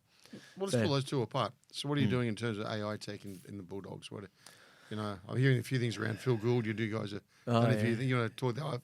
Maybe to cover off everybody who's reading about it, I'll be interested in that. But in general, what are you doing? Well, same. Yeah, so I think I'll have to talk high level because I don't want to, don't want one of the clubs. The secrets. Yeah. But like anyone can talk about Moneyball, using AI or data to try and identify players. So we do some of that stuff, and a guy like Jacob Preston, who's gone on to be selected in an Australian tour now. Like we found him through data and AI when he was quite young in the Rooster system and got him out. Is that right? You really did? Did you really? Yeah, that was through data. Yeah, Yeah, okay, Yeah, right. so that's a good one there. So we do some of that work, but I don't want that to sound like every recruit's through data because it's not. It's one piece of a puzzle. Yep. So there's a bit of that.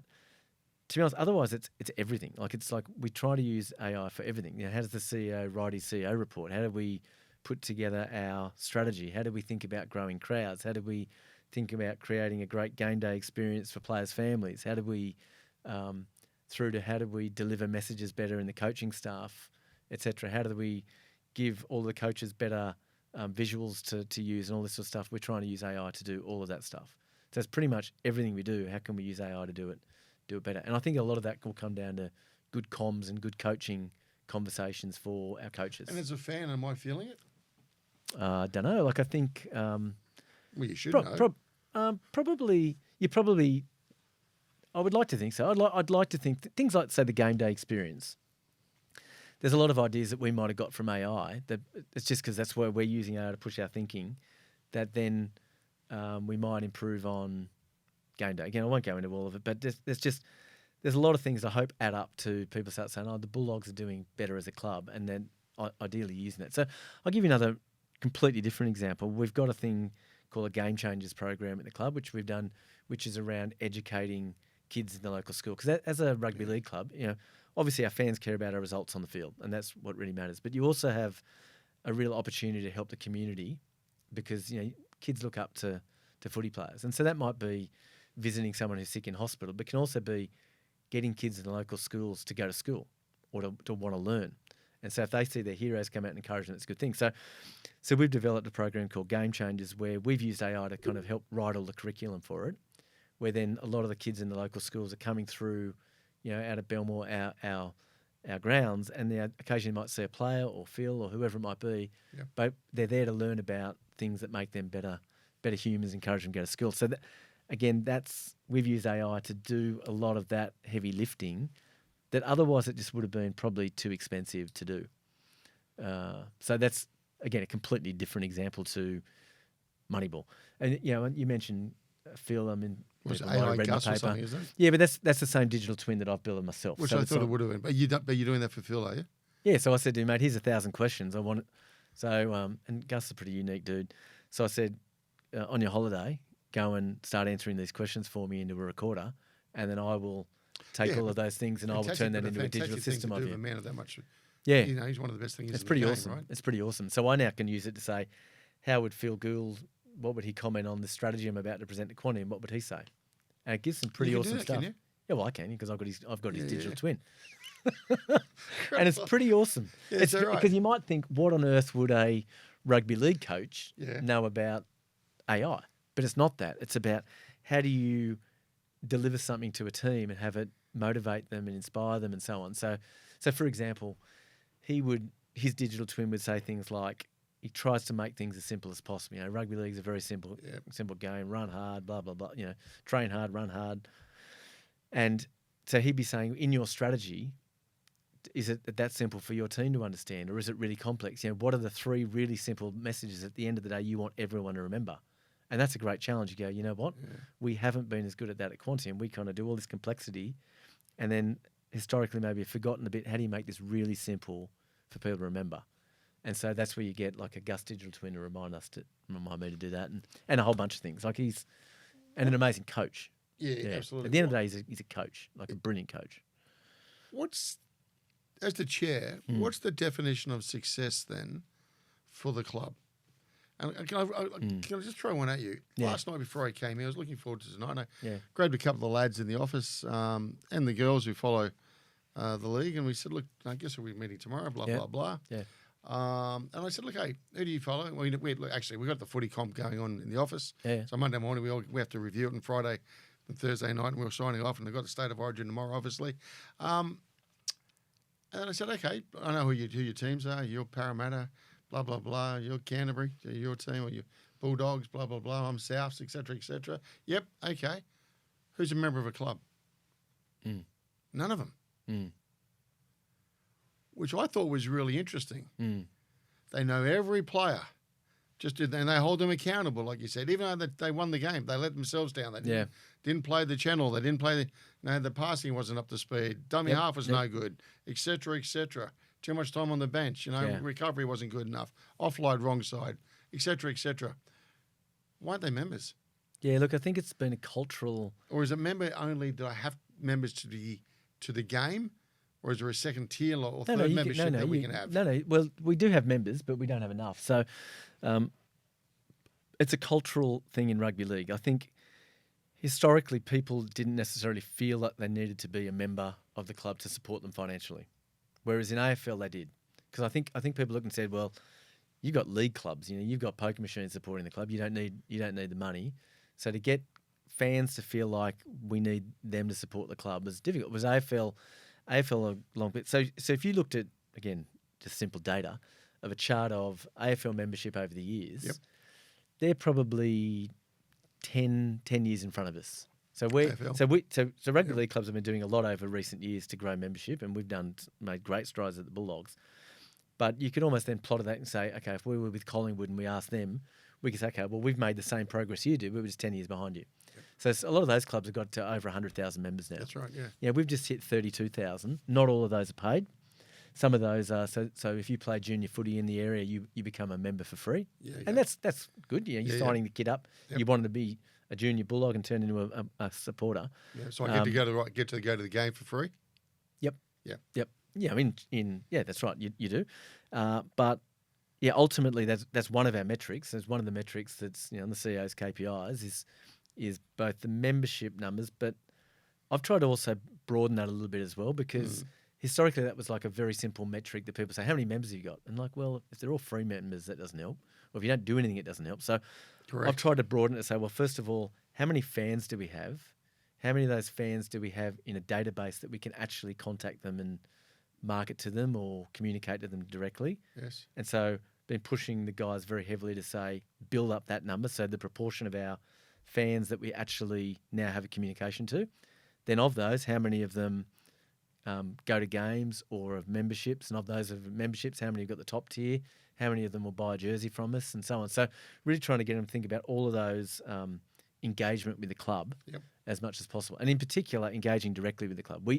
We would want them buying a jersey from us, not from Rebel, because we get 30% of the revenue, not 10%, and we can sell it cheaper and still get a lot more revenue. So trying to build that direct engagement with our fans, big thing. So yeah, it's a you got to do a lot of work to encourage members, people to become members, and nothing helps more than winning. So our memberships have gone up quite a lot, but winning helps that, and equally losing is bad for business as well. No, so absolutely. it's a fickle industry, but yeah, you got to work hard at it. And sponsorship. When does sponsorship come into it all? Then obviously there's a lot of pays the sponsorship. bills. Yeah, you need the sponsorship, and you got for some sure big support as well from certain individuals in the club. Yeah, I mean, if you think about the business of sport, if you're going to break it down at a really high level, what are your sources of revenue and cost? So cost-wise, there's a salary cap. So call the salary cap 12 million, it's a little bit under, and then there's a salary cap for coaches and staff of 5 million. So that's why you can't go and just get 10 head coaches and pay them $10 million. If you do, you can, then you pay a tax. Every dollar you've got to pay $2 in taxes. You don't want to do it. So that, call it for one of about 17 million, is about equal to the grant you get from the NRL from TV rights today. So they kind of set you up to say, you know what, we're giving you a grant from the TV rights, which pretty much offsets your salary cap for players and coaching staff. Then the rest of the cost is on you. So then, but you do have a lot of other costs. You've got all of your admin team, your marketing team, your membership team, a lot of junior development, anything to do in pathways, all sorts of stuff, IT, lots and lots of different other costs. And so that you've got to say, well, now we need new source of revenue. So we need sponsorships, that stuff on the jersey. Not just jersey, but it might be digital. The coach, you've got a coach's sponsor. So when they're doing a press conference, it's sponsored by. So there's actually. Everyone thinks that it's all about the front of jersey. That's probably about 10 to 15% of total sponsorship dollars we do is that one asset there, because you've got sleeves, you've got all sorts of stuff. Then you've got game day revenue, so tickets you sell. How much? Can you sell tickets? How much profit you make from that? So then you got merch. can you make money selling merchandise? And the crazy thing is that depending on the club, there's very different in rugby league, very different financial situation. The Broncos are significantly bigger and wealthier than any other club. Yep. And you've got some other clubs down the other end who, it's quite amazing they compete. Yeah, it's really tough for them, yeah. Some of the clubs, there's a couple of clubs that, it's tough. But they still, they can do well. So what's going to be your legacy then? At the Bulldogs? Yeah. I don't know. I don't think about legacy, but I mean, I guess if you say what's the role of the chair, well, first of all, I want to create. Oversee. Sorry, you're happy with your board to start with? You're going to say yes. Well, they'll be listening to this, so of course I'm going to say yes. But, yes. Yeah, but obviously the role, one of the roles of the chair, dynamic roles these days. Yeah, look, I think there's a unique dimension in a football club like the Bulldogs. Like we serve at the pleasure of the members, so we get voted by members. That's not like I can control the board. I have to continue doing a job that members deem worthwhile, that they vote for me at the next election, and so I stay on the board. Okay. So I don't get to handpick a board. In saying that, of course, one of your roles as a chair is to try and identify talent that you think could add value to the board, because it's a tough dynamic that you've got people voting in a board, but you also need to make sure you've got a board that's fit for purpose with the right skill sets to do the job. Correct. As you know. So that's a tough dynamic in professional sport when you don't have that control. So ideally, you'd want to try and identify people that you think could be there, make sure they're eligible to be voting, and then give members an opportunity to see that this would be a good person to have on a board over time. That's the long-term vision. So that's one of the things I have to look at over time, assuming I'm still there. I think then, like, overseeing the culture of the organisation and making sure that, because ultimately, in my role, I've got the CEO and the head of football reporting to me. So it's a bit different. So I've got Aaron Warburton, who runs all of the commercial aspects of the club. Yep. He reports to me, and Gus, who runs football, reports to me. So I talk to them both all the time. And obviously those two, there's a lot of intersection of the two. And then the head coach reports to Gus. But I do a fair bit, a lot with the head coach because of the high-profile nature of that particular position. So really, as a chair, your main job in the board is to appoint those 2 or 3 individuals and make sure they're the right people, and then trust them and give them the support to do the job, obviously. But in professional sport, you are a bit more hands-on than normal business like that. So you do end up then rolling your sleeves up and meeting with sponsors and having more say over the culture than what you might otherwise. So just making sure that we've got that. And really, my other responsibility, I think, is to somehow put aside all the noise of fans where they want to win next weekend, which of course I want as a fan, but to make sure we're making decisions that are in the long-term interests of the club and build a long-term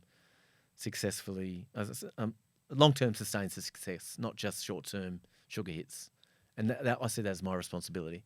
And I'm grateful that those other 3 people I just talked about in our men's program have the same attitude as well. How do you test for culture then? Well, good question. A couple of things. I mean, I think when you're recruiting, you can ask about it a lot, but ideally, we try and build it. And the same in both Quantium and at the Bulldogs, I'm a lot more confident if I'm recruiting, at Quantium, recruiting graduates and building it. So recruiting, getting the right cultural fit there. But you can shape a 20-year-old or a 21-year-old who feels like the right cultural fit and teach them the ways of your club and organisation a lot easier than you can bring someone in who's worked 20 years somewhere else and bad habits, different culture, and so on. So, a lot of our recruitment over the years at Quantium has been graduate-led, and we've obviously had to supplement that with external hires. And again, at the Bulldogs, we're doing a lot around junior development, and so one of the big things that Gus has done is build those junior pathway programs, and they take years to come off. Absolutely. Of course, sometimes you need to supplement that with, we need a fullback or we need a lock, whatever it might be. Yep. So you sometimes need to work out when you need to recruit or whatever. And same thing with staff. Ideally, you can develop staff and so on. So, do as much due diligence as you can on the recruitment and otherwise build it. Is the game in a good spot? Yeah, I think it's in a great spot. I mean, any fan would be frustrated about some things and love some things and be frustrated about some other things, but I think it's in great shape. I think... Do you like the idea how it's expanding? Yeah, I do. Yeah, I mean, I think it's going to be too tough on the players or anything in that regard, because it does have its fatigue issues. But they're not. I don't think they're going to play more games, so I think that's okay. I mean, they already play a lot of games, but look, the players ultimately, they're in the process of finalising a new rights deal. Viewership's up. every metric is up, particularly viewership, which is a big one. So viewership up means TV rights go up, and ultimately that means a bigger salary cap. So players will earn more, coaches will earn more. You'll be able to get even more professional in the club about the other capabilities you can bring in. So all of that's a good thing. And part of that will be bringing in new teams. So, bringing in a new team will create, it kind of has to dilute some of the talent in the existing teams. Exactly right. But it brings in more dollars to the game to develop more talent as well. So I think, I'm supportive. And I think, Peter Volandes is an amazing administrator. He pushes the boundaries of things like no one you'd believe. And sometimes that might push to the point where you go, hold on, you're going to, changing the rules of the game 2 weeks before the comp. You might have it's annoying. do a twin on Volandes, don't you? I'll talk to him about that. He'd be up for it, I reckon. He'd be up for it. But the way he doesn't accept no for an answer on a team and has high expectations, it's a great way to lead, I think, to say, no, why can't we do this? That's a good attitude. And I think the game has benefited from that, just like horse racing has. And so, I think that's a good part of leadership there. And Andrew Abdo's done a fantastic job as well. Obviously, he's leaving for Tennis Australia, but I think they've done a very good job. Do I agree with every single thing they do? Of course not. But big picture, they do a great job. All right. And your role is in Quantium and the customers that you engage with. If you're going to put out some advice out there for the CEOs, what's the big blind spot you're worried about? They should be looking at their own use of AI. Just not to where it should be. Oh, their own use, as in being the leaders therefore everyone else follows. Is that what you're saying? Yeah. So a couple of things there. So first of all, I'd say what's the number one? So maybe think of it in slightly different sequential order. What's the most important question a board could ask management about AI? It would be, how much are you personally using AI? So it wouldn't be, are we using AI? Like a few years ago, people would say, oh, I'm hearing about this Gen AI thing. Are we doing anything on that? And then, again, I'm generalising here. CEO would say, yeah, I'll get the CTO to come in and they can talk about the 3 use. We're about to put in place some technology and we're doing these 3 use cases. And then the board members say, oh, tick, we're doing that. We're improving our call centre with AI. That's kind of 2 years ago. Where it would need to be today is, do we have a management team that are using it for everything they do, and hence that will then go through the whole organisation? And it shouldn't be about what are the use cases. It should be, why aren't we using it for everything? Are you reimagining everything, or are you thinking about everything that you might need to reimagine given this technology? That's the way they need to think. So don't say, what are the 3 use cases? Say, why aren't you make sure you've got a culture that they are seeing what's coming and truly adopting it for everything. And that will start with the CEO. So the number one thing that I see that will impact an organisation's adoption of AI will be the CEO's adoption.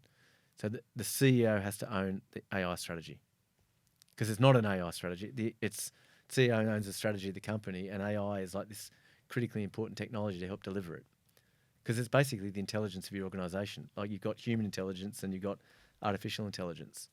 So it's not a tech problem. Tech needs to make sure that you've got it all set up in the right way and you've got the right security and controls and so on, and done the right deal with Google or with Anthropic. Mm-hmm. But the CEO needs to own the adoption. And, there's some great examples of CEOs that do that. Like Matt Common at CBA is a great example where he would be, he is an enormous advocate for AI. He understands it deeply and he uses it heavily in his role. And as a result, that cascades through that organisation. And some CEOs, one of the things we do in Quantium is we've had thousands of executives come through on training on this stuff where I've shown them. You do that, do you? Yeah, we do. Yeah, and but it's not a training program we do. It's not like we don't even charge for it. Like it's not a well, at least the generalist ones we don't charge for. It's not we're a training company. It's more we might get a bunch of CEOs in and say I'll show you how I'm using AI in my role as a CEO.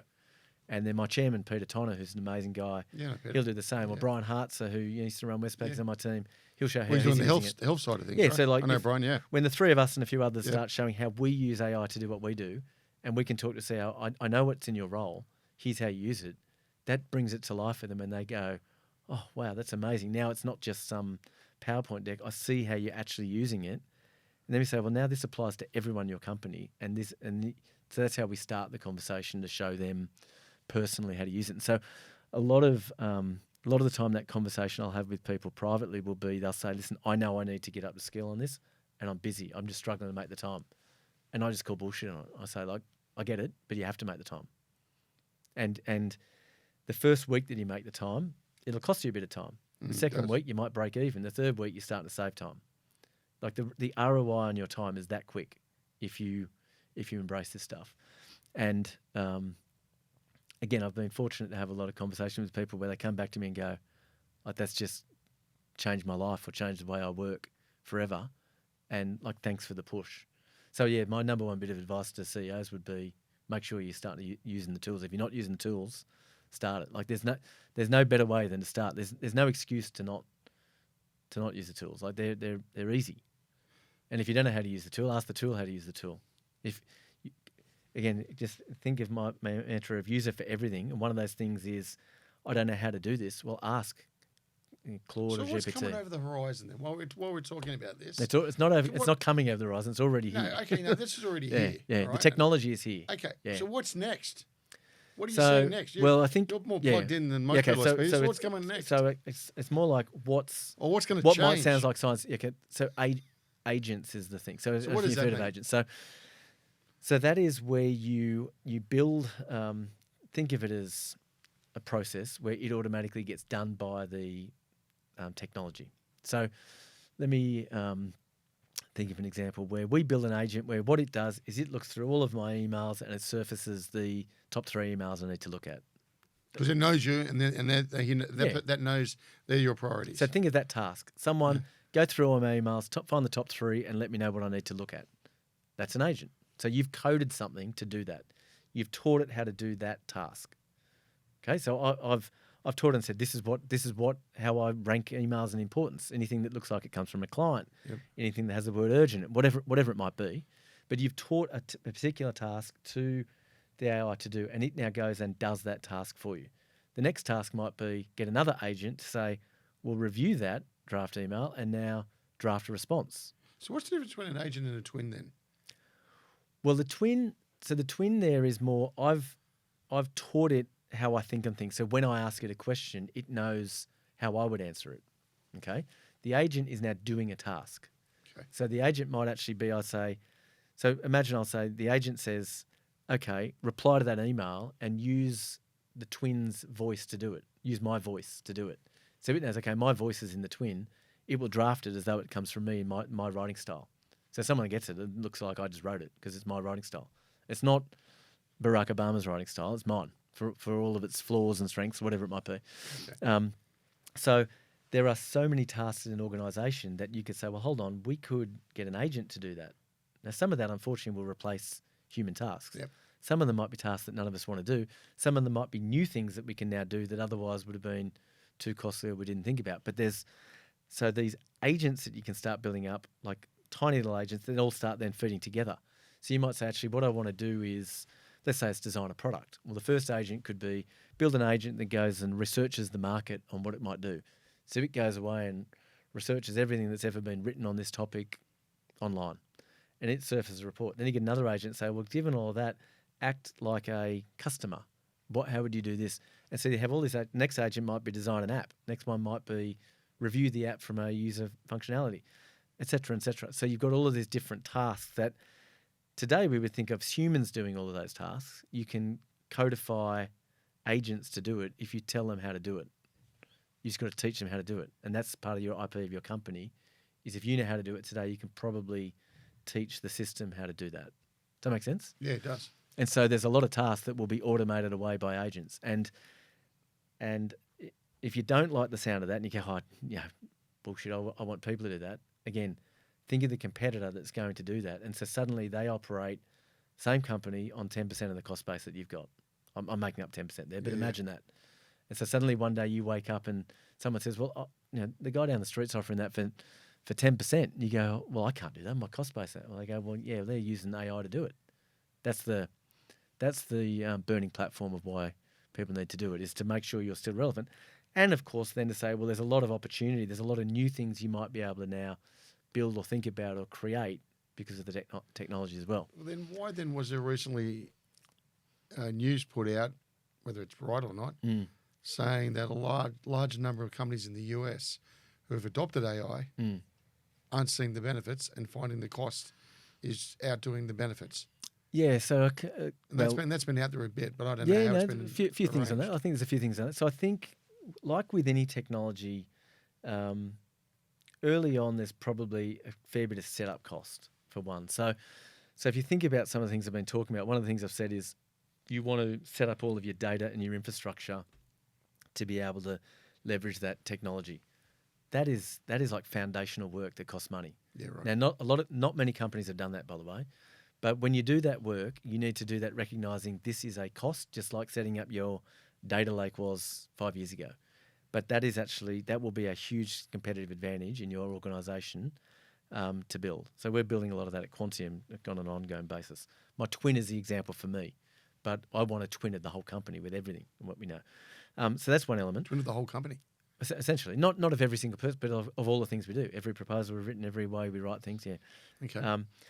Secondly, I think, as I also talked about, you can become 20% more efficient at something without reimagining becoming 5 times more efficient. And so I think a lot of the early adoption is around that adoption and people getting a bit more efficient. So they've written an email quicker, or they've written this quicker.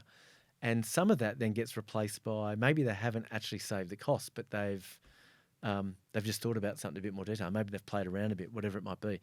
So they haven't necessarily converted all of that into a saving, because it's 20% that could be a lot, but it's not like we've cut roles. Versus saying, hold on, we need to reimagine this process and we need to take this from a team of 25 to a team of 5 and agents. That is when the cost savings will come. Or we need to do all of that to create something new that gives us growth. So we get revenue and that turns into a higher Are we margin. seeing a lot of that part of it, Adam? We hear cost. Yeah. Efficiency. Yeah. I understand that bit of marketing or that Yeah. that fallout. Yeah. Are we seeing the growth yet? Not enough. I think too many leaders are focused on the cost efficiency bit because it's easy to understand. Yeah. It's easy to understand, so I can get an agent to replace someone and save me money. That sounds good. That sounds like it'll give me the ROI to help fund more stuff. Look, there's definitely part of that that's real, but I think the better leaders are also thinking just as much about what's the opportunity. And that opportunity could be, I'll give you an example, recording sales conversations you're having to help prompt the person on the end of a call to have a better conversion rate on a sale, or to help refer leads to other parts of the organisation and so on. So we've done some work with clients where we've built agents which listens to a transcript of a call and automatically shares cross-sell opportunities with other people in the business that should have been happening from the people who work there, but just those cracks, things fall through the cracks. Yep. So just better taking that, or taking better notes of a conversation for the system to be able to then have the next sales conversation be better and so on. So there's a lot of things that you can do to improve sales or to think about growth that some companies will be missing because they focus too much on the cost. So I think as a CEO, I think it's your job to be thinking about what does this mean for your organisation, and it'll mean a huge amount for any organisation, and really think about, okay, how do we both respond to the competitive threats that are going to be there, but also the opportunity, and then how do I change the company to be ready to do that? And that's hard. Yeah. It's hard to think, how do I change the culture of the organisation? That's very hard. So when Quantium get called in these days, not to see the chief marketing officer anymore, I guess it's to see the CEO to start with. Typically, yeah. Or the board, CEO board, yeah. It doesn't have to be that, but it might be the head. Where do you see the level of board transformation. understanding of AI? Look, we've had hundreds and hundreds of board members come through that program I was talking about. So I don't know how many, well over 500. So I would say once they've done that, we've seen some amazing board members. I think the average board is probably come a fair way in the last 18 months, particularly the ones that we've spoken to a fair bit. But it sounds arrogant, it's not meant to sound like that. But I think most board members we've met, at least, are kind of inquisitive and want to be better. I think their eyes are opening as to what they need to do on this front. Some might have started with, I know I've done a trip to San Francisco, I'm kind of aware of that. And I'm like, No, it's how are you using it and pushing them on their own use and how they can be better board members and how board meetings themselves should change. Where does Quantium come into all of this then? Mm-hmm. As in, what do we do? Well, you got you guys, but also Quantium, as in the terms of all the future technology and how that's all going to play with. Well, AI. so first of all, we've had to reimagine how we work so that it's not a threat to us. So I've had to say to our team, this is our biggest opportunity ever. Like this current wave of transformation is the biggest opportunity we've had in our business. It's also the biggest threat because if we don't change the way we work, a new AI native competitor will spring up and it'll be doing our work cheaper. So that's been a tough message I've had to say to our team, but our team has got there on that, which is good. But that takes honesty about your own business, saying we have to change the way we work. So we've done that, and we'll continue to do that. And we have to keep pushing that everything we do to be more efficient and better. And then really, what we're trying to do is help clients navigate that. So we're also fortunate that we have partnerships with the big AI and hyperscaler companies. So your business model changed a little bit now? Yeah, like part of our strategy was to, yes and no. I mean, at the end of the day, it's still about the same thing, which is helping companies leverage data and AI tech to make better decisions. Yeah. The tech's changed, and we need to embrace that and change the way we work. But but one of the things we've done in the last 18 months is we've got formal partnerships with Anthropic, with OpenAI, with Microsoft, with Google, with AWS, in no particular order. But we're a partner of all of those organisations, so that if they're talking to one of their customers and they say, listen, you're leveraging our technology, Quantium is an organisation that can help you get the most out of that, and they know how to do that. So we've kind of got that endorsement. It means we have, I wouldn't say influence, but we get to see their roadmaps. We see what's coming a bit earlier than average. We get to, I'm flying to Seattle on Sunday and taking a bunch of senior execs over there to meet with some of these companies that maybe otherwise they wouldn't get to meet with because we've got partnerships. And so we're trying to be at that forefront of helping these partners get their tech out there because it's great tech, and helping companies navigate that journey of how they're going to do that. And from what you're saying, from let's say Northern Hemisphere, let's say Asia Pacific, or the Asian countries, and say Australia, where are we sitting in terms of adoption and sitting on this whole new, I guess? I think pretty good. I think in terms of adoption, like in terms of pretty good. It's not like I go, we're 3 years behind. Like we're not. Like I think we're pretty good. I think I'm sure it would vary. Look, first of all, it varies very much by individual company and industry. So there'll be some individuals that, because of the nature of the CEO, they're very early in the journey and very advanced, and others that will be behind, obviously. But it's not like I look at our US clients and go, geez, they're so much far in front. No, I don't see that at all, actually. And we're working with some pretty big brands in the US and UK, and I think Australia holds its own as a minimum. Now, a bit different about, where's the government at on incentivising other things? That might be different. Yeah, that's but in terms of AI adoption of executives using it in their business, then pretty good. I think one of the handbrakes has been, we've got some, APRA might say that you have to have data processed in Australia. You can't, and so that's meant some financial services organisations can't use some tech. There's a bit of that, so that can be a handbrake. But otherwise, I think Australian companies are doing some pretty good work, actually. Okay. Yeah, that's my take. I guess I should ask everyone. I've asked everybody else of late. The recent budget. Don't need to talk about politics at all. Yeah. Is it going to be more of a handbrake for the look? From my side, I'm speaking to startups. Yeah. Not all day, every day, because I'm predominantly more the ASX listed organisations, and there's some real fever pitch anger out there. Yeah. On investment, return, hard work, taking a risk. Could we all go up and smoke? Sure. You know what? Why do it here? I might take it offshore. Yeah. That's what I'm saying, which is really disappointing. I don't. Now you're also at the coalface. Yeah. What are you hearing? I would say it's obviously very disappointing. I thought it was very disappointing. I mean, obviously the whole process, but the outcome, I think, lacks an understanding of people who start a business, build a business, and want to grow a business. So there's been a lot of talk about startups and are people with startups going to go this way? But and it doesn't have to be tech either. No, it doesn't. I mean, no, it's ridiculous. But even within Quantium, like think of it rather than just startup, think of it as scale up. Like we're at a certain scale today. Yeah. We might think, because of the industry we're in, we might think we've got potential to be 5 times bigger. Great. That means there's a whole bunch of staff that I want to be able to say, you know what, you're joining at this point of the journey. I want to incentivize you for the next phase. I want to be able to give you equity or options to help incentivize you for growth. Yeah. For them, that is their equivalent of a startup.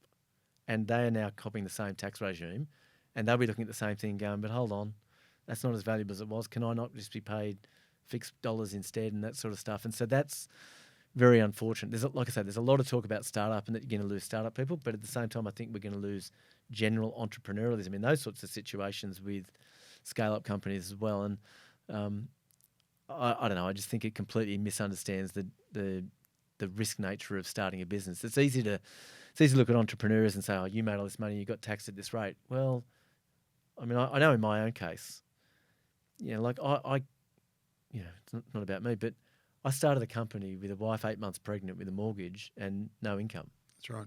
How many people do that? Not many people do that. Exactly. I kind of look back and go, "Oh, I was pretty brave as a young fella." Like, and I did it because I never questioned whether it was going to work. That's just my own confidence. But 90% of people who do that fail. That's right. And then in the end, if they do happen to be successful, now we're getting to the point where we're going to tax them as though it's income. Like it's, like there was no risk. It's pretty short-sighted. What's next for the organisation? What's the next 3-5 years? For Quantium? Well, yeah. Well, I'll answer both. I'll tell you both. For Quantium, I would say, we're just going to ride the current wave. And one of the fun things about running Quantium is it's hard to truly answer that. Like I know we're at the forefront of what we're doing here and helping our clients do it. I can see there's years of needing companies to help do that, and just embracing every new technology comes out and keeping to stay across that and in front of that. The more we can help companies be better, service their customers better, more efficient, better growth, lower risk, all that stuff, the better. And if we can productize more of that, then that's great, and we'll continue to grow. I hope we can continue to grow in doing that. It's not about downsizing and switching everything to machines. It's about how do we grow faster with potentially more people as well. Okay. From the Bulldogs, well, I hope it's continuing to compete for premierships. Like I'm not going to be one of those people who say, "Oh, well, our goal is to win 3 premierships in 5 years," because then I'll be like, "Well, why isn't the goal 5?" Or you're just setting yourself up to be sacked. But I really think of it. Really, your job there is to say, put yourself in a position that you are there to compete at the right time of the year, and then it comes down to injuries, bit of luck, good management, and if we can keep doing that, and so that we're in the top 4 more than our fair share across everything from premiership ladder through to sponsorship dollars, through to membership, through to what we do in the community, then that's where we want to be. We want to be top 4 in everything we do. Some years it won't be like this year's been tougher. Like I think last year a bit of a turnaround this year. Yeah, but look, I think last year probably came a bit early for us as well. I thought last year overstated where we were at, and I think that came through at the end of the year at the end of the year when the big guns came out in the semi-finals. We weren't quite there. We were close. We probably should have beaten Melbourne in Melbourne, but you watch Penrith and Brisbane play at the end there, and they were just that bit above us. So I felt like great coaching got us to where we got to last year. This year's been the complements of different things have been challenging, but we're doing all right. We're 10th. We've still got 10 weeks to go, so we'll keep an eye out. Yeah. And look, by the time you hear this, Adam, it's going to be well and truly over. But if I was, right. But if I was to, speak hopefully we've won the comp by then. Yeah, but if I was, no, that won't be over. Yeah. But if I was to speak to your digital twin, okay, and say tomorrow is the state of origin. Yes. All right, Adam. So Adam's digital twin. What's the digital twin going to say? Is Laurie going to be the winner, or is Billy going to be the winner? My digital twin knows that Laurie is one of my best mates. So my son and Laurie's son played under 6s together footy. So I've known Laurie for 17 years. So we've become very, very close mates. So my digital twin knows that, and it would say we're desperately rooting for Laurie. So I'm flying up there tonight, and I'll be with him tomorrow night. And I really hope they get a win. Yeah. And you know what? What I would say is, in those moments, all of the bullshit that comes before, in terms of media, in terms of it doesn't matter what's happened up to now. It's now just 13 guys on a field at one time against another 13 guys, and bit of luck, bit of management. There's some amazing players in both sides, and there's no reason they can't win. So I hope they do, but it's never easy to beat Queensland in Queensland. So I'm proud of Laurie no matter which way he goes. He's copped a lot of stuff in the press. So much of it was unfair because he's the nicest human I've ever met. But I really hope they win. Me too. And my twin would know all of that. And that's what his answer should be. Fair enough. Last question. If you were going to give some, looking back at that younger bloke studying 4-unit maths all those years ago, Yep. what advice would you give him now? Well, in terms of, you're saying if I look back and could give my advice in going back to 1992 doing that, my advice would be, you're in pretty good hand. Like, you're going to do all right. Don't worry about it. Like, I'm very fortunate when I look back. To be honest, I made a whole series of very mature decisions at a young age. I look back and go, it was pretty impressive I did that, actually. And I don't ever say that about myself, but I do look back and I don't regret things that I did. So I'm look back and say, you know what, everything's going to be okay. These days it might be different. I might say, hold on, is that the right university course that's suitable for the modern day, or is that the right thing? I'm not saying it's not, but it's like there might be things you say, okay, well, what does it look like in a 2026 version? But I'm pretty proud when I look back at how I conducted my life and stayed the same person I always was. So, yeah. On that, Adam, thank you for joining us today. It's been terrific. Thanks, man. You've been listening to No Limitations.